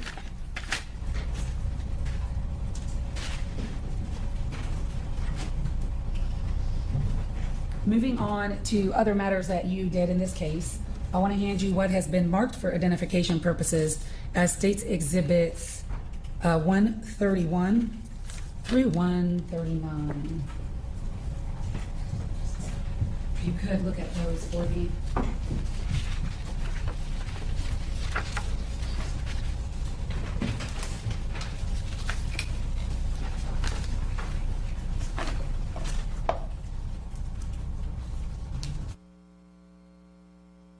Recognize those? Yes. What are they? These are pictures that I took of a bag that was seized by ACCPD from Diego Ibarra. What day did you obtain that bag from ACCPD? The bag was obtained from ACCPD on the 26th of February, 2023. When you obtained from ACCPD a bag that belonged to Diego Ibarra, did you search the bag? Yes. And did you look at the items inside the bag? Yes. And did you photograph the items inside the bag? Yes. And do States Exhibits 131 through 139 depict the photographs that you took? Yes. And do they fairly and accurately depict the items of Diego's bag and items inside the bag as you saw them on February 26th of 2024? Yes. State would move to admit 131 through 139. No objection. And may I publish? Yes. And in looking through the items that belonged to Diego Ibarra, did you see any items that had any blood on it? No. States 131, what's that? That's a picture of the bag. States 134, what are those? Those are 2 gloves that were found inside of the bag. States 135. The other side of those gloves that were found in the bag. Now, are those cloth gloves or plastic gloves? Those are cloth gloves. One of them is kind of a mix of leather type material and cloth. And were there any blood on these items? No. Or was there any blood on those items? No. 137, That's a picture of the inside of the bag itself. 138, That is the shoes that were inside the bag. I took those out and photographed them. and these are just other items. Let's see, 136, Those were found inside the bag as well. 139, Those also found inside the bag. 133, That was inside the bag. 132. And that was in the bag as well. Did you collect from the Athens Clark County Police Department a black Adidas style hat? Yes. Tell us under what circumstances you collected that and when. That was collected at the same time that I collected the bag from the Athens Clark County Police Department. There was a search warrant that Sergeant Rabu had obtained for those items that had been taken off Diego Ibarra when he was taken into custody by ACCPD. The black Adidas style hat, did you look at it? When I collected it, I did not. It was already sealed in a bag from the Athens Clark County Police Department. And that sealed bag, did you take that sealed bag to the Georgia Bureau of Investigation? I did. And I'm handing you what's been marked for identification purposes as States Exhibit 151. Do you recognize your handwriting on States 151? Yes. And what is States 151? This is the evidence bag that I placed the Athens Clark County evidence bag inside of. Okay, and what was inside the Athens Clark County bag? A black Adidas hat. And was that all delivered to the crime lab sealed? Yes. I'm going to move to admit States 151 and link it up with another witness, Your Honor. No objection. It's admitted. And States 151, do you also see that same crime lab number on States 151? Yes. All right, thank you.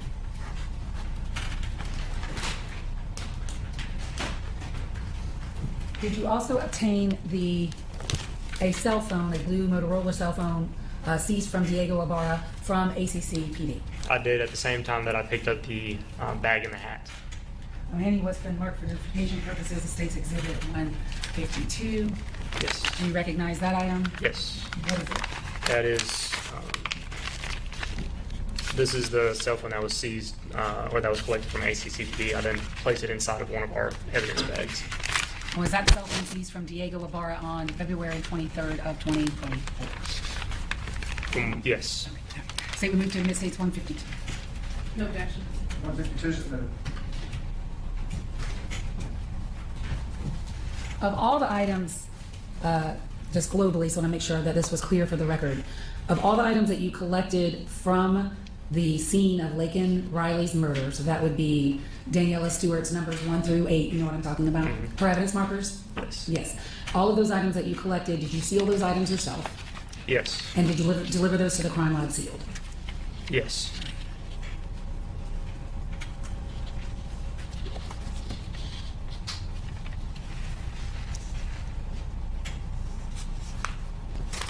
May I have one moment, Your Honor? Yes.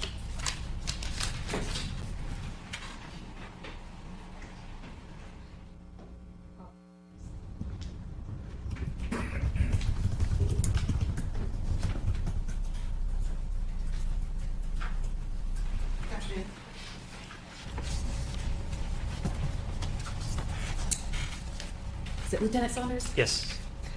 Lieutenant, you were called to the scene on February 22nd, you said around 2 o'clock p.m.? No.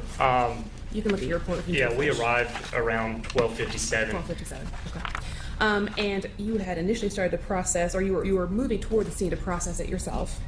I was, right, before I was notified that the GBI was on the way, I took some photographs of the overall scene. Sure.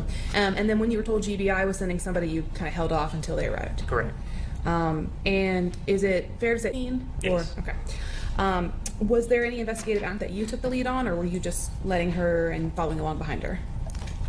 The only thing that I didn't, or that I collected without being in the presence of Agent Stewart was the styrofoam cup and the jacket and the gloves later on. Okay. Let's talk about the latent fingerprint discovered on the phone. That was later at night, around 9 o'clock? You can refer to your report. It was later at night. It was a little bit before 9 o'clock. And before you processed it for fingerprints, you noticed that it was, the fingerprint appeared to be made with some sort of reddish substance. There appeared to be some sort of reddish substance in the fingerprint. Did you believe it was blood? I wasn't sure what it was. Okay. Was it a liquid red substance? It appeared to be made from a liquid, yes. Okay. So we have heard you use the term process. What do you mean by processed? When I say process, it can mean different things, but in this particular case, I mean using fingerprint powder and a fingerprint brush to make the print itself stand out. And what is that fingerprint powder made of? I'm not 100% sure. Okay. When you use fingerprint powder on a substance, is that substance then able to be chemically examined, or does the fingerprint powder kind of ruin whatever chemical substance was there before? So I know the fingerprint powder and the brush we use is DNA free. As far as chemical processing afterwards, I can't say whether or not that would prevent anything like that from being done. Was the surface of the phone ever tested for DNA? The surface of the phone was swabbed. And were those swabs sent off for DNA testing? They were given to the GBI crime lab. And was that done after the latent print was processed? Yes. I had a question. I noticed that both you and Ms. Ross are putting on gloves to handle the evidence today. Can you explain why that is? We change our gloves between handling different items of evidence to avoid any sort of cross-contamination with DNA. Because DNA can be transferred by as simple as a touch, is that right? I can't say how much of a touch it takes to transfer DNA. But your testimony a moment ago was that you put on gloves to avoid transferring that DNA. Correct. When we looked at State 147, the blue jacket, part of the jacket was actually kind of missing. You could see the white lining inside the jacket. Correct. That was a cutting that wasn't there when you photographed the jacket in the dumpster. Is that true? Correct. Okay, so that was done later at the crime lab. Correct. And so I just wanted to clarify, that's not the tear you guys are talking about when you see the dumpster in the video. The large cutting is not the tear that we saw in the dumpster. Okay. So one thing that it was hard for us to see in here was the condition of the gloves. Now, you were present when defense counsel looked at the gloves a couple weeks ago or last week. Yes. Right? Okay. And we actually kind of like spread them out on the table. And the gloves, they're not latex gloves, right? I'm not sure what material they are. What I mean by that is they're not the stretchery, rubbery consistence of the gloves that you and Miss Ross are. They're not. No, they're not like stretchy material. They're more like, I don't know, papery, thin material. They are thinner gloves. Would it be consistent to say they look like food service gloves? I've never worked in the food service industry, so I can't. When you pull them out of the bag now, they've been kind of cut along the entire seam so that they're almost like a butterfly effect spread out. Correct. But in your report, you document, or you and a detective or Miss Stewart document, there are some tears in the gloves. How were those documented before they were cut up for processing? So when I collected the gloves, they were still bundled up in a ball. I did not undo the ball to photograph the condition. From what I understand, from when they were photographed at the crime lab, a tear was seen in the gloves. So when you picked up the gloves, they were tangled up in one bundle, as you said. They were all together in a ball. And when you got them back, they had already been kind of cut out and kind of expanded for the process. They had been processed at the crime lab. Okay. So you didn't ever have a chance to document kind of the condition of the gloves? I did not. But you are aware that there were 3 of them that came back? I did not know how many gloves were in the bundle when I collected it. But you are aware that 3 of them came back? Correct. Okay. I want to talk to you about DNA collection. The same day that you collected DNA from multiple individuals, is that right? The only swabs that I did was on Jose. So you didn't collect the swabs for the other individuals being tested? No. Okay. Are you aware of who collected those swabs? I know I didn't collect them. When you went to collect Mr. Ibarra's DNA, you first tried buccal swabs? Yes. Okay, I learned today that they're pronounced buccal, not buccal. But those are the inside of the cheek? Correct. Okay. And then you also did swabs around the fingernail area? Correct. And Ms. Stewart said that was because the fingernails were too short to be cut, is that right? They were too short to be cut. Okay. And did you send those swabbings off to the lab as well?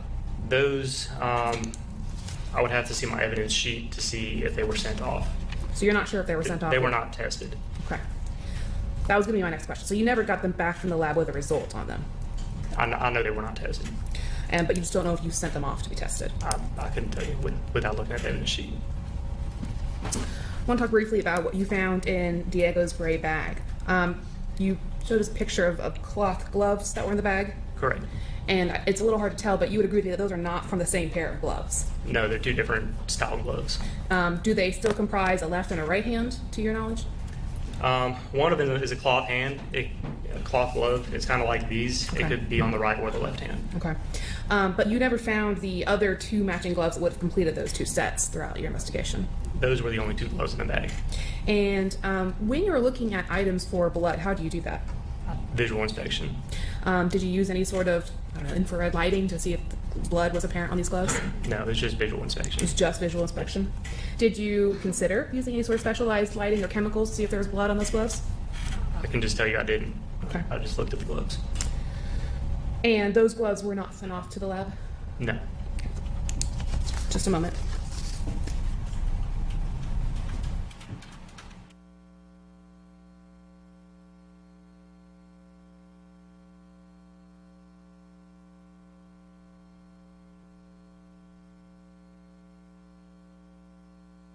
Just to clarify a point of your testimony, Mr. Saunders, you said that no item collected from Diego had blood. But just to clarify, the black Adidas hat was collected from Diego, is that correct? Yeah, I can tell you nothing in the bag that I looked through had blood that I was able to see. Understood. Nothing else.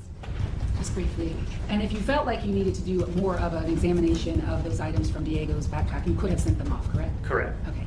Was there anything that you saw in there in that backpack that made you think there was blood on any of those items? No, there was nothing that would indicate there was blood on anything in that backpack.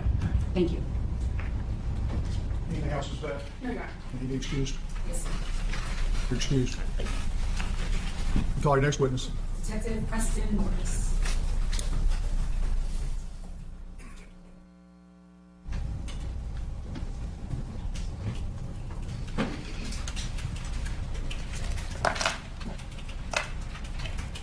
Can I have 175?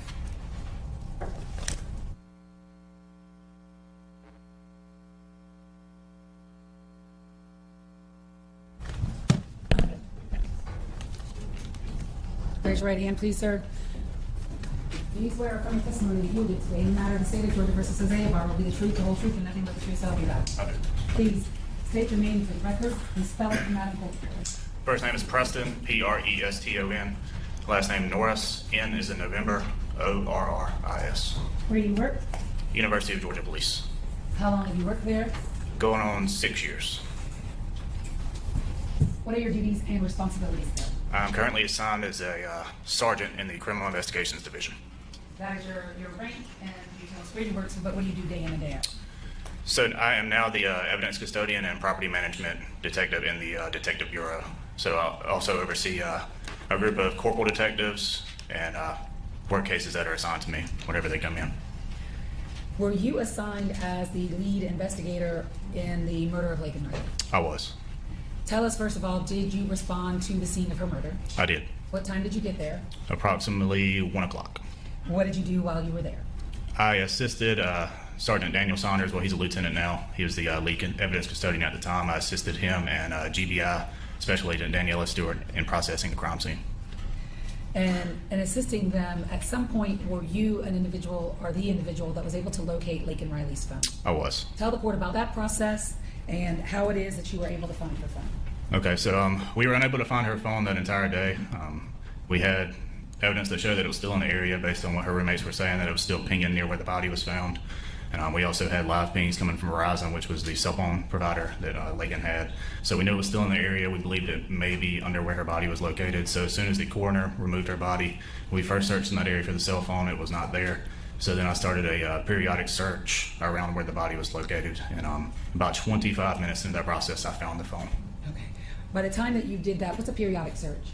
So I did like a 20-yard perimeter of where her body was found. So I went directly in front of where the body was found, looked in that area, kind of moved to the right, basically moved in a circle around the body within like 20 yards, shining my flashlight just to see if I could get anything to reflect off the light. And the phone did reflect off my flashlight. So by the time that you were doing that, was it dark? It was very dark. Okay, I'm showing you what's been marked as State's Exhibit 171. Do you recognize that? I do. What is it? This is my flex cam footage of me finding the cell phone. And is it a fair and accurate recording of that process? It is. And State would move to Exhibit 171, request permission to publish. Okay. 171 submitted, you may vote.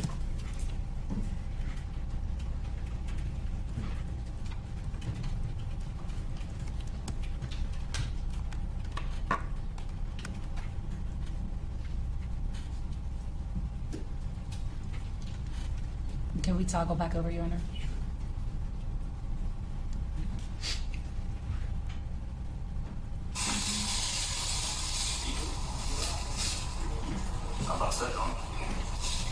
Is that you that just talked? Yes, that is my voice. What did you say? I almost stepped on it.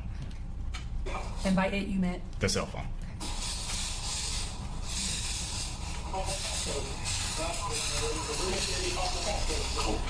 All right, so you see your flashlight. What time was this now, if you look at the time on your flex cam? In Eastern Standard Time, this is 6:56 in the evening. And what are the white things that we see in your reflection off your light? Dust, bugs, just stuff. Things that are in the woods? Yes. So you locate the phone, and then who ends up collecting that phone? Daniela Stewart with the GBI and Sergeant Saunders. Great. So how long were you at the scene the day Laken Riley was murdered? Roughly 8.5 hours, I'd say. And at some point, when you left, where did you go? We were on the way back to the police station when Captain Graham received a call. In the vehicle was Captain Graham, Sergeant Saunders, and myself.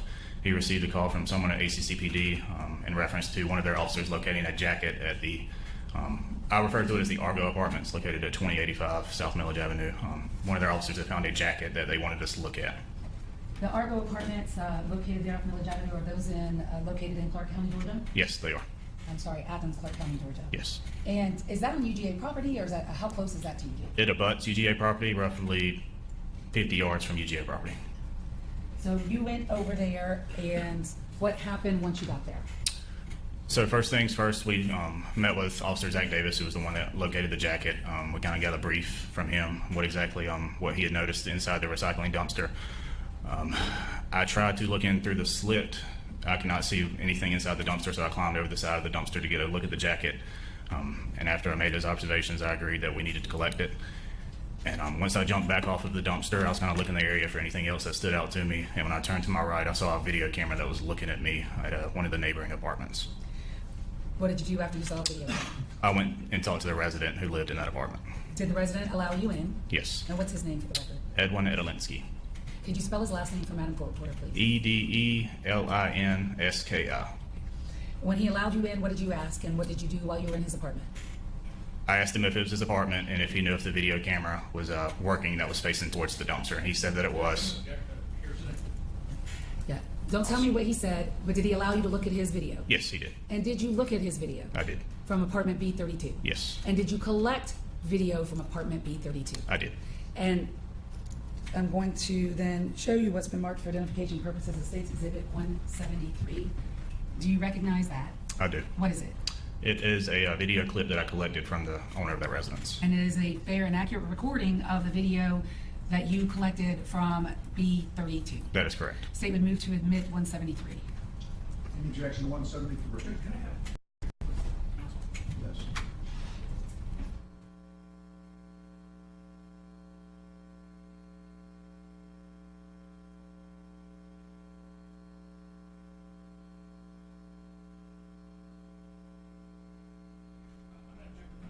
Judge, I think that this is without Mr. Edelinsky here to verify that that was captured and that the system was working appropriately, that would not be admissible. That's not required. It's just a matter of what he saw that day and he reported himself that evening. So I think we have created the appropriate foundation for that. I'll admit over objection. Thank you, Judge. So States 173, I'm going to request permission to publish. When you viewed that evening in his apartment. Yes. And you got a recording of it from him, correct? Yes, he emailed it to me. And you also saw it yourself from his device, right? Yes, yes. What type of camera did he have? It was a UFI camera, EUFI. And the thing that he emailed you, was it exactly the identical video that you had seen with your own eyes from his UFI camera when you were standing inside his apartment? Yes.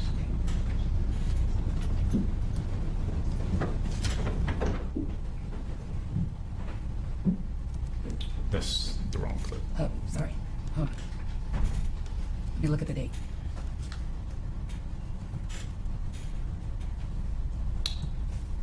Oh, wait, these are the Yeah, wrong ones, yes. sorry. Is it the one in the middle? It's a different Oh, flash a different drive. one. Hold on, Yeah. just 1 minute. It says, guys. You obtained a lot of UFI video Yes, from... I did. This one that I just showed then, which is 173, just tell us what UFI clips these are.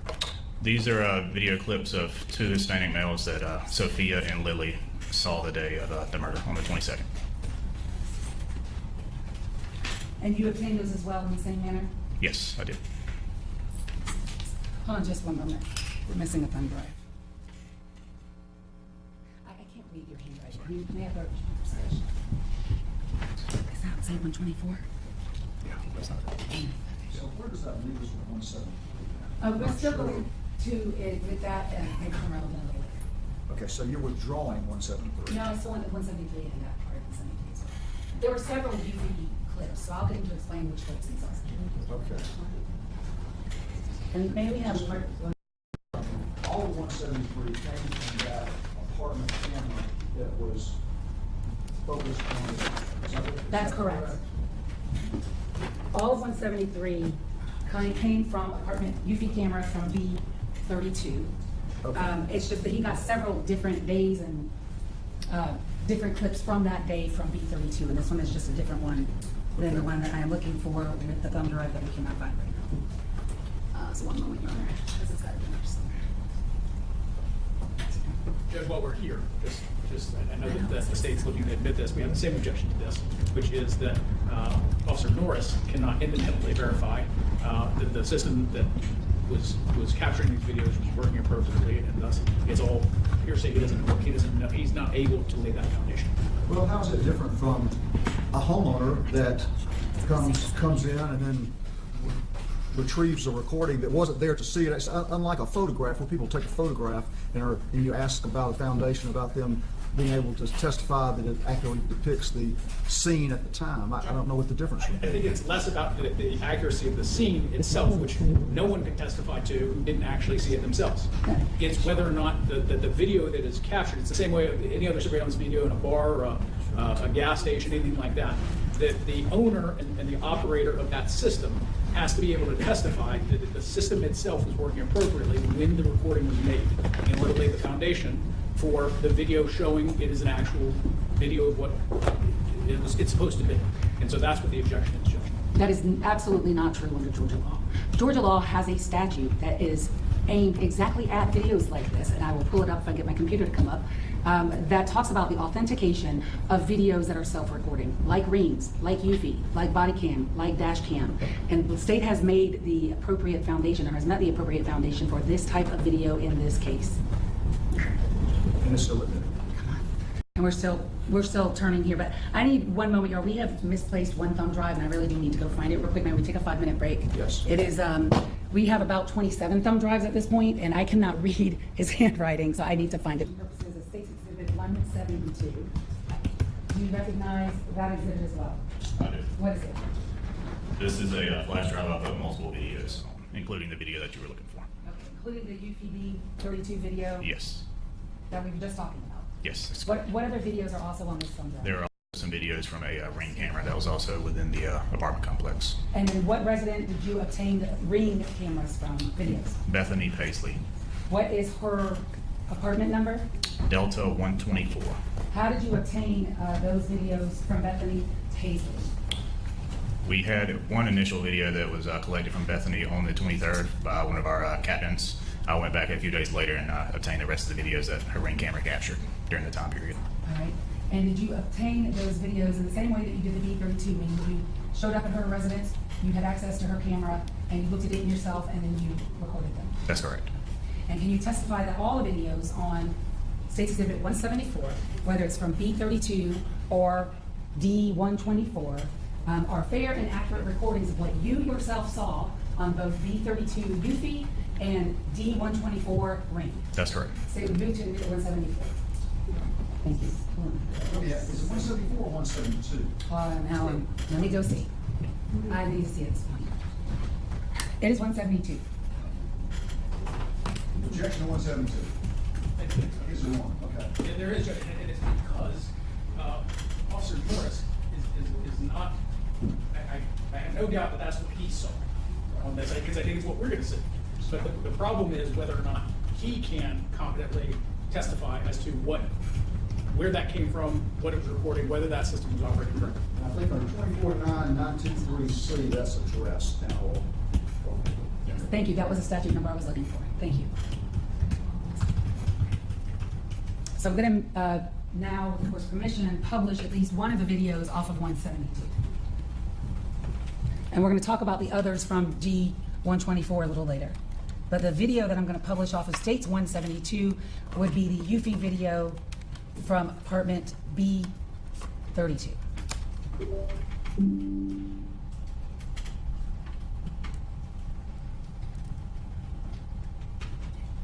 First of all, as I'm publishing that first video, and there are 3 videos on State's 172 for the record, this is the first video on that thumb drive. Do you see the dumpster that you were at that night in State's Exhibit 172 in this video? I do. Okay. Can you please point to it for the court using a pointer? There's a pointer right in front of you. This? No. It's old school. Oh, yes. Okay. In the center of the screen? Yes. Do you see in the UFI video a date and time at the top? I do, yes. What is the date? What is the time? February 22nd, 2024 at 09:43 in the morning.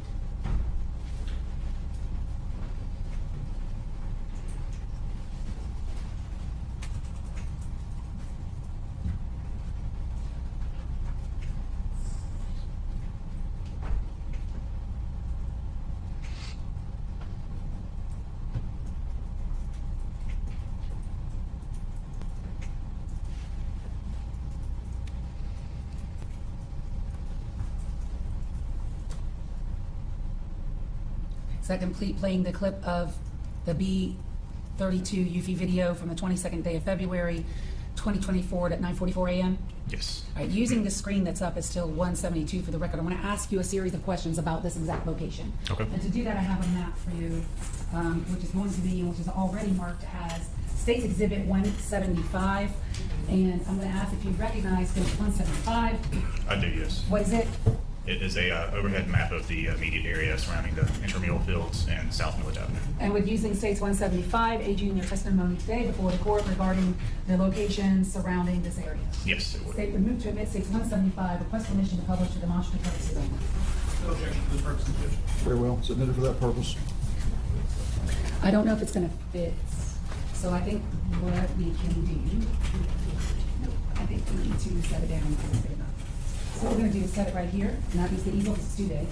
And if you could, Detective Norris, first of all, I need to make sure that His Honor can see. Can you see? I can, I'll stand up as I need to. And that counsel can see. Can y'all see? Yes.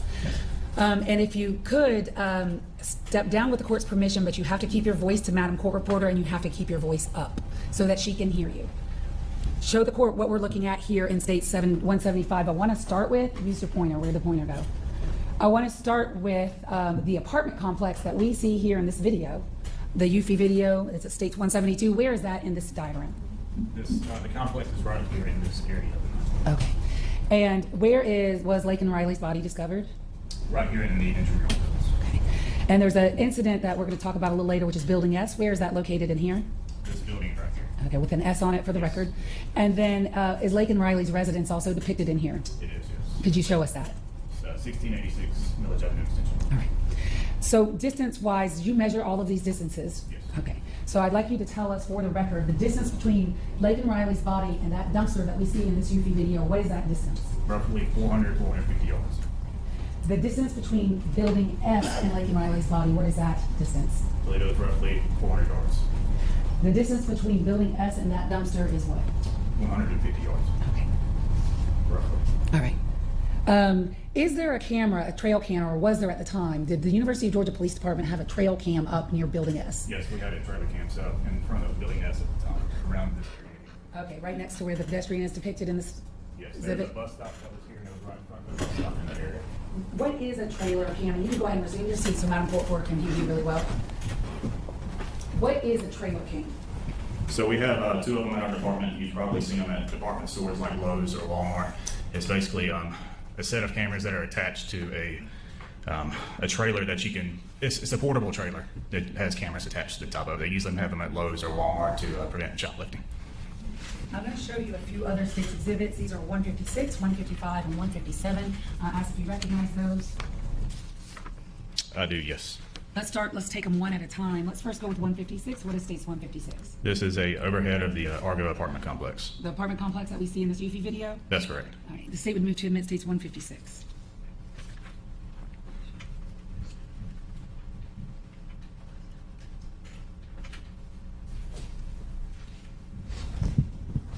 State would move to admit 156. No objection. 156 is admitted. While I'm up here, 155, what is that? This is an overhead of the intramural fields, specifically the Oconee Forest Park area. State would move to admit 155. No objection to any of this. All right, and then the state would move to admit 157 as well. All right, they're admitted without objection. I want to first start with 155 or 156. Would the clerk be able to toggle back over?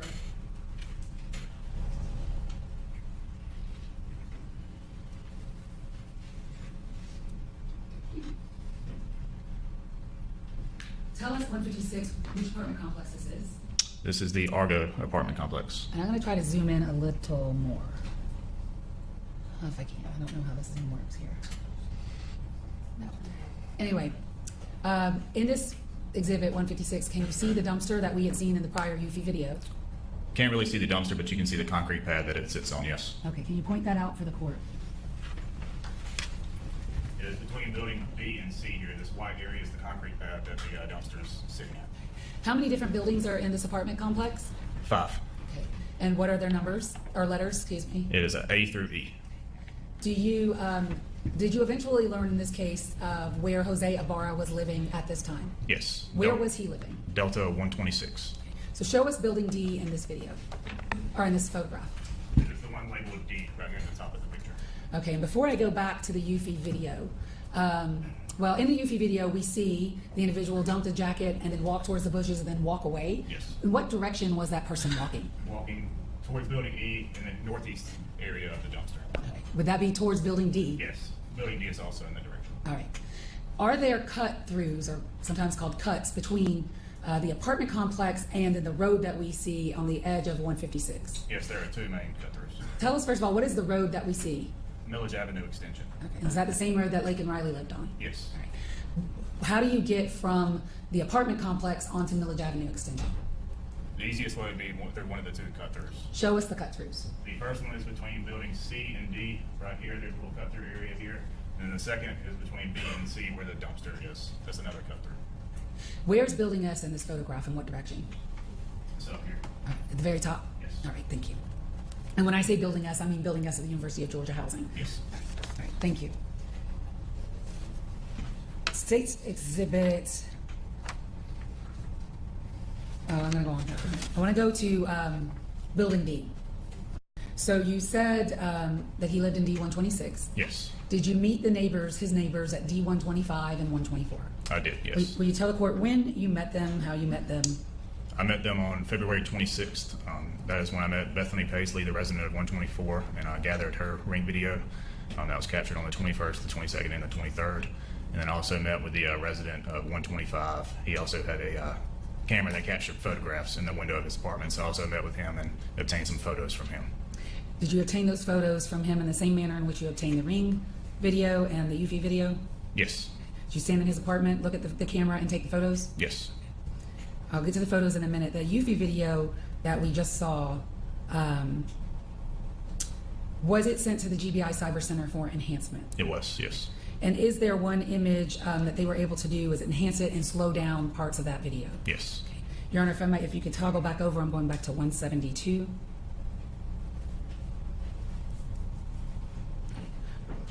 One minute, it started too fast. I'm back it up.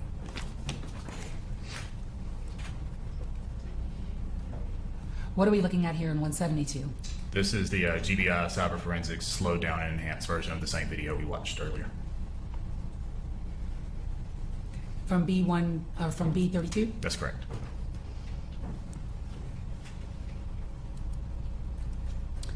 So going back to States 172, you had a folder in there, ring videos from D124. Yes. That would be the neighbor, Bethany, that you've already told us about. I'm gonna publish some of her videos, but I'm gonna do it one at a time. So this ring.com video, do you see the date and time in the corner of it? I do, yes. And could you please tell us that for the record? February 22nd, 2024 at 10:21 a.m. And that is Eastern Standard Time.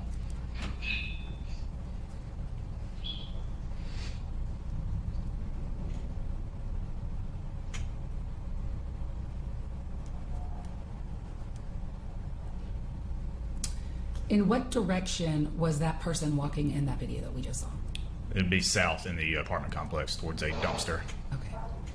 And that dumpster that they were walking in the direction of, did you all search that dumpster? Yes, we did. And did you find anything related to this crime in that dumpster? We did not. We later learned that it had been dumped approximately 45 minutes after this video was taken.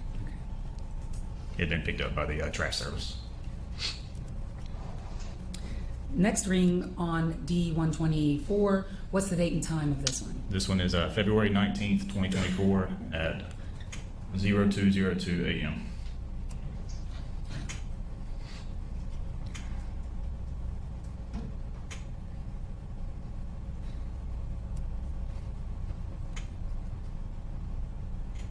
And this is what, the next video, what is this date?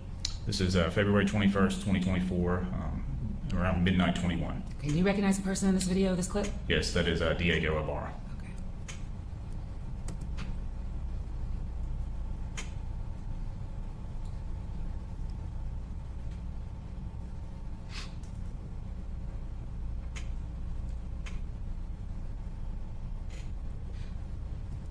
Sorry.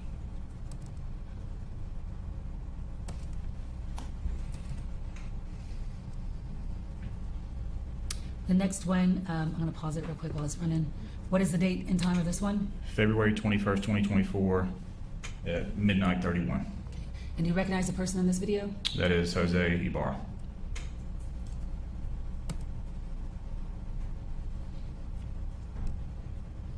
And that is Diego Ibarra.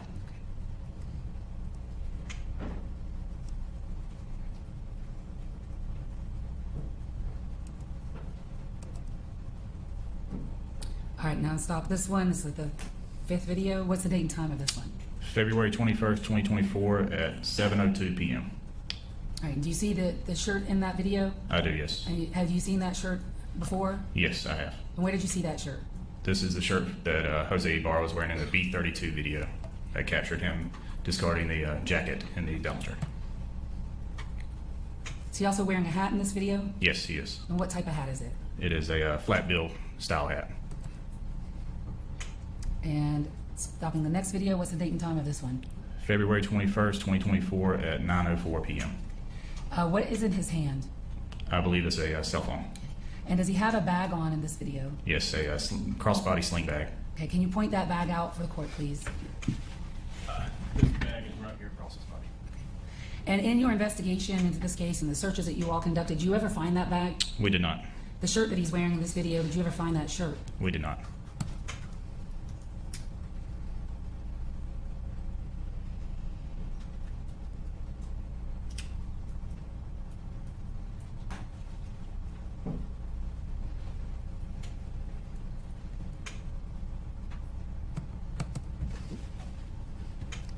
Date and time of this, I believe, our 5th clip. February 21st, 2024, 9:07 p.m. And who is this person? Jose Ibarra. And now what is he wearing? That is the blue jacket that we wound up finding in the B-32 dumpster. That had been discarded. And the last clip? February 22nd, 2024, 1:35 a.m. And I may have to back it up for this, but what's he wearing in this video? The blue jacket, the flat bill hat, pants and slides. When you say slides, what do you mean by slides? Slide on basketball shoes. Open toe. How much video did you look at from D124? All of the videos she provided me with, I believe they went through February 19th of 2024 through February 23rd of 2024. So over 4 days. And were you looking for both Diego Ibarra and Jose Ibarra? Yes, I was looking for all of the residents of the apartment, 126.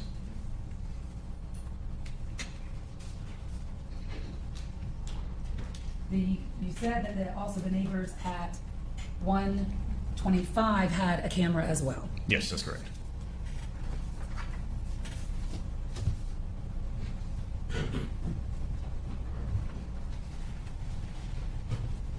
And instead of a video camera, it was a still camera. That's correct. And you explained that's how you collected images from that camera. I spoke to the resident that lived there, and he allowed me to send the pictures that were captured from that video camera to myself through email. And is that what you did? Yes, I did. I'm going to show you what's been marked for identification purposes as State's Exhibits 158 through 162 and ask you a series of questions. If you could look at those for me, please.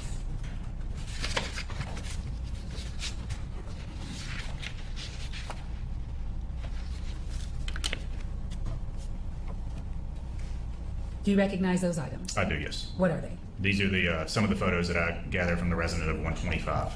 And are they fair and accurate depictions of the photos that you collected that day from the resident? Yes. State would move to admit 158 through 165? 62. Subject to the same objection, but I think there's a foundational problem here. I'll admit it over objection. And may I publish? Yes. You please toggle back over, Your Honor.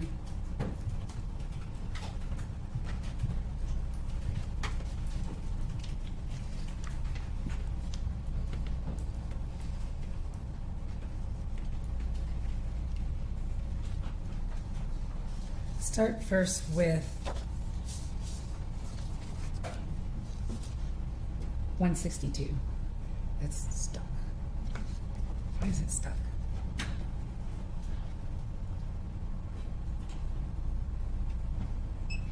Try again.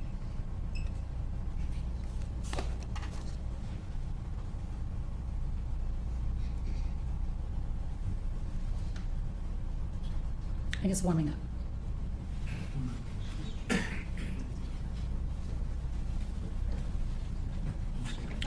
It should be up again. Okay, if we toggle back over, it's up.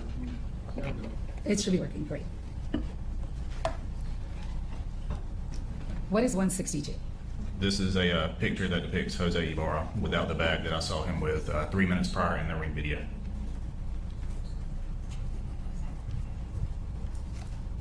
What's the date and time of that?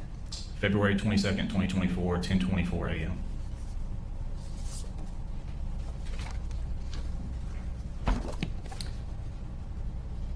$159, does this depict and what's the date and time? The date and time is February 21st, 2024 at 9:35 p.m. and that is Jose Ibarra with the blue jacket and the black and white Adidas cap. So unlike the ring footage from D124, the still photos are actually in color. Yes, you can actually see the colors of the images. And do these color images line up timestamp wise with the ring doorbell video or the ring video? It's not Yes, doorbell. they do. Okay. So State's Exhibit 160, date and time? February 21st, 2024, 11:44 p.m.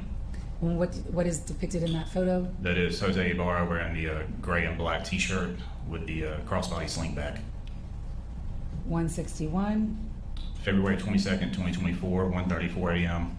And that is Jose Ibarra with the sling bag and the blue jacket, which you can't see his face in this one, but it lines up with the ring video that was captured at 1:35. Okay, so if you look at the ring video at the same time and compare the same, Yes, they because he is walking in that direction. And 158. February 21st, 2024, 7:08 p.m. And that is Jose Ibarra carrying the blue jacket the same way he was carrying it in the B-32 video.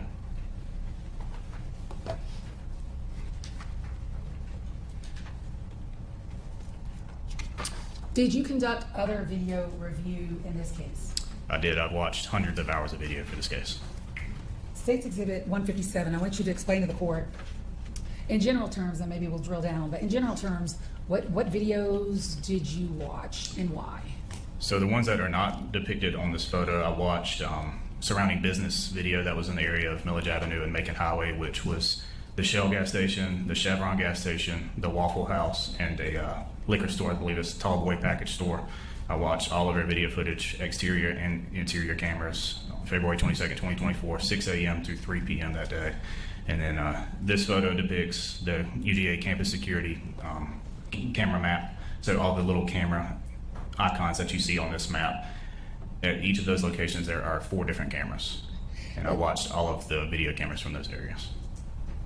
It's hard to see on the screen or on that. I have a different way of showing this image 157 on the screen.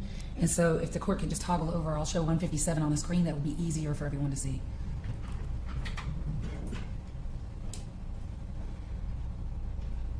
There we go. Is that also 157, just a little easier to see? Yes, it's just the digital file. All right, so if you could use the digital file of 157, it's easier to see, and show the court where are all the cameras in and around the intramural fields that you looked at. This first camera here is Millage Avenue Extension by University Village. We have 3 buildings here, T, U, and V, so it kind of watches these buildings as well as the crossing this intersection here. Okay, hold on a second. I'll have to do this in phases because the whole image can't be picked up. Go ahead. This camera here is located at East Campus Road at Rogers Road. I'm going to have to move your microphone because it's hard to hear you. Madam Court Reporter's having a hard time hearing you. Yes. So if you can keep your voice up. Okay. So this, the second camera is at East Campus Road and Rogers Road. There's 4 camera angles at that location. Okay, next camera. This is located at East Campus Road at Agriculture Drive. Okay. This one is East Campus Road at College Station Road. This one is College Station Road at River Road. And then we also have cameras set up in the intramural fields in the parking deck. And there's one more camera that was cut off because of the digital file. Yeah, the trailer camera that I mentioned earlier, this is where it was located at, in front of Building S on UGA property. So you watched how much video from all of these cameras that we see in States 157? All of these cameras we downloaded that morning, 6 a.m. to 1 p.m. I watched the majority of these cameras. One other detective helped me watch 2 or 3 of them, but I watched most of the video from these cameras. Okay, and the other detective that watched the other ones is named? Sergeant Rabu. Okay, Sophie Rabu? Yes. All right, so between the 2 of you, you watched from 6 a.m. to 1 p.m. on what day? February 22nd, 2024. Okay, if you could have a seat, please. And in watching and looking at all of the cameras that you saw that day, we'll talk about the trailer cam separately with the Detective Rabu. But did you ever see Diego Ibarra? I did not. Okay. And other than the trailer cam that we're going to talk about with Detective Rabu, did you see Jose Ibarra beyond that camera? Yes. Okay. We have a.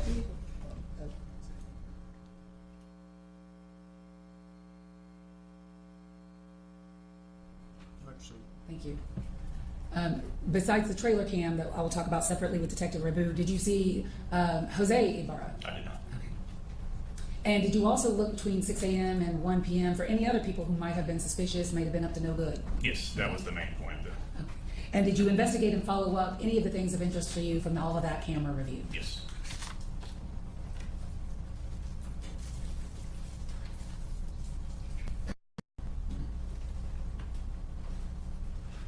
And one.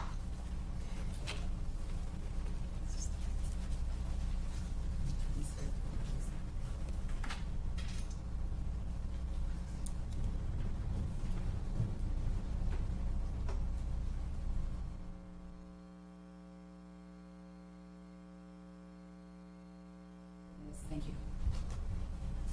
Yes, sir.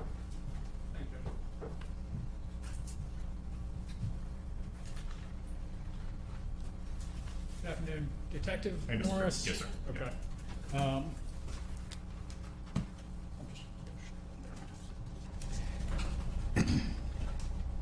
Are you considered the lead detective on this case? Is that the position that you took? Yes. Okay. Would it have been your job to make any DNA requests on collected evidence in the case? In this particular case, Sergeant Saunders handled most of the evidence that was collected Okay. and requesting tests from the GBI. Did you make any requests? I did not. Okay. But as part of your job as lead investigator, it would be your job to review everything, correct? Yes, I have reviewed everything. Okay.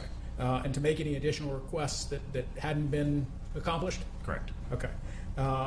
And there were swabs taken of Laken Riley's telephone, is that correct? Swabs for DNA? I did not collect those swabs. But you're aware of the swabs being taken as lead Yes. investigator, correct? Yes. Okay. Were those swabs sent to the GBI for examination? I do not believe so. Okay. And so you do not know what's on those swabs, No. correct? All right. And you did not ask for those to be examined? I did not. Okay. There were swabs taken from the fingernails of Jose Ibarra, is that correct? Yes. Okay. And what were those swabs taken for? To compare DNA that was collected at the scene. Okay. And were those swabs tested by the GBI as part of this case? I believe so. They were? I'm not 100% certain at this moment, no, sir. Okay. But you testified that you had reviewed everything. And so is it just a matter of looking back of your report, or is it just a matter of... This is a very weird scenario. I am the lead investigator, but there were many moving parts here. Sure. I did review everything at one point in time, and everything that was pertinent to the case, I was made aware of at that time. Okay. I can't recall every single test that was done by the GBI and what those tests, what the results of those tests were. Okay. You don't personally recall ever requesting or reviewing any results from the swabbings of the fingernails of Jose Ibarra? I have reviewed them at one point in time. Yes, sir. Okay. All right. And do you know who did those swabbings? No, sir, I do not. Okay. And do you know who tested those swabbings? No, sir, I do not. And do you know what those results were? No, sir. So you don't know if they were positive for Laken Riley's DNA or not? I do not, no, sir. That would certainly be an important fact to remember, wouldn't it? Yes, Okay. And that would certainly be something as lead investigator that you would remember, correct? that's correct. Is it possible that these weren't tested? It is possible. Okay. I do not recall all of the tests that were done. There were a magnitude of tests that were done in this case. Certainly it would be something to remember, right? Sure. Okay. As for these videos,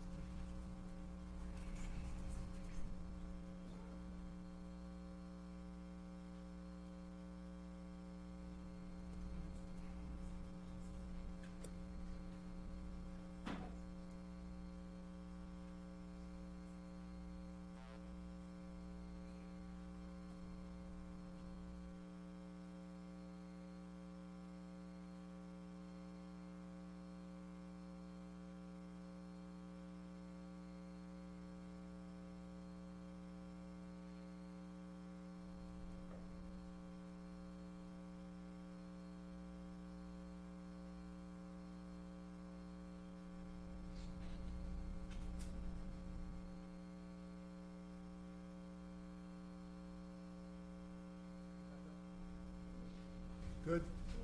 Okay. Okay, sorry, Jeff.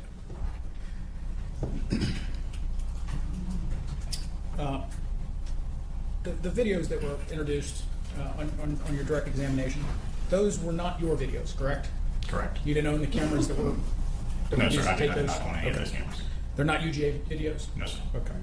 So, aside from what you were told by these two individuals, is it Mr. Edelinsky? Yes. And Miss Paisley. Paisley. Okay. So, aside from what you were told by them, do you have any independent knowledge about how these cameras work? I've met with Mr. Edelinsky and Miss Paisley. I cannot explain to you exactly how those cameras work. Okay. That would have to be something that they would do.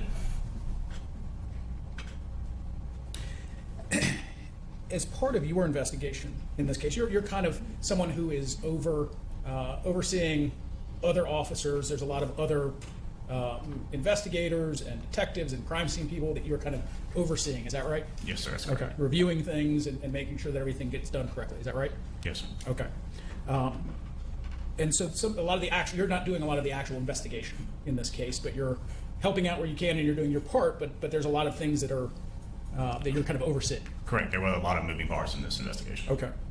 You did do some investigation into the use of Jose Ibarra's phone, did you not? Yes, I did. Okay. And as part of that investigation, you came to learn that it was not just Mr. Ibarra who was using that phone. Is that right? I learned that in October of 2023 it was possible that someone else was using that phone. That's correct. Okay. And in fact, 2 or 3 other individuals. Is that right? 2 that I know of. Yes. 2 other individuals. Yes, besides Jose. Yes. Okay. And that was for the main phone number that you all were investigating that was supposed to be linked to Mr. Ibarra. Is that right? That's correct. Okay. And that number began with 347-358? Yes, that sounds correct. Okay.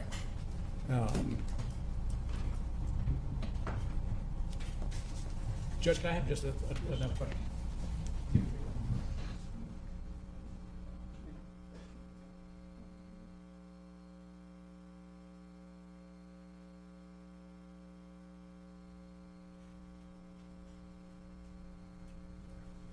And so just to clarify that number, the number that you all were looking at the time was 347-358-3978. Is that Yes, right? that sounds correct. Yes, sir. Okay.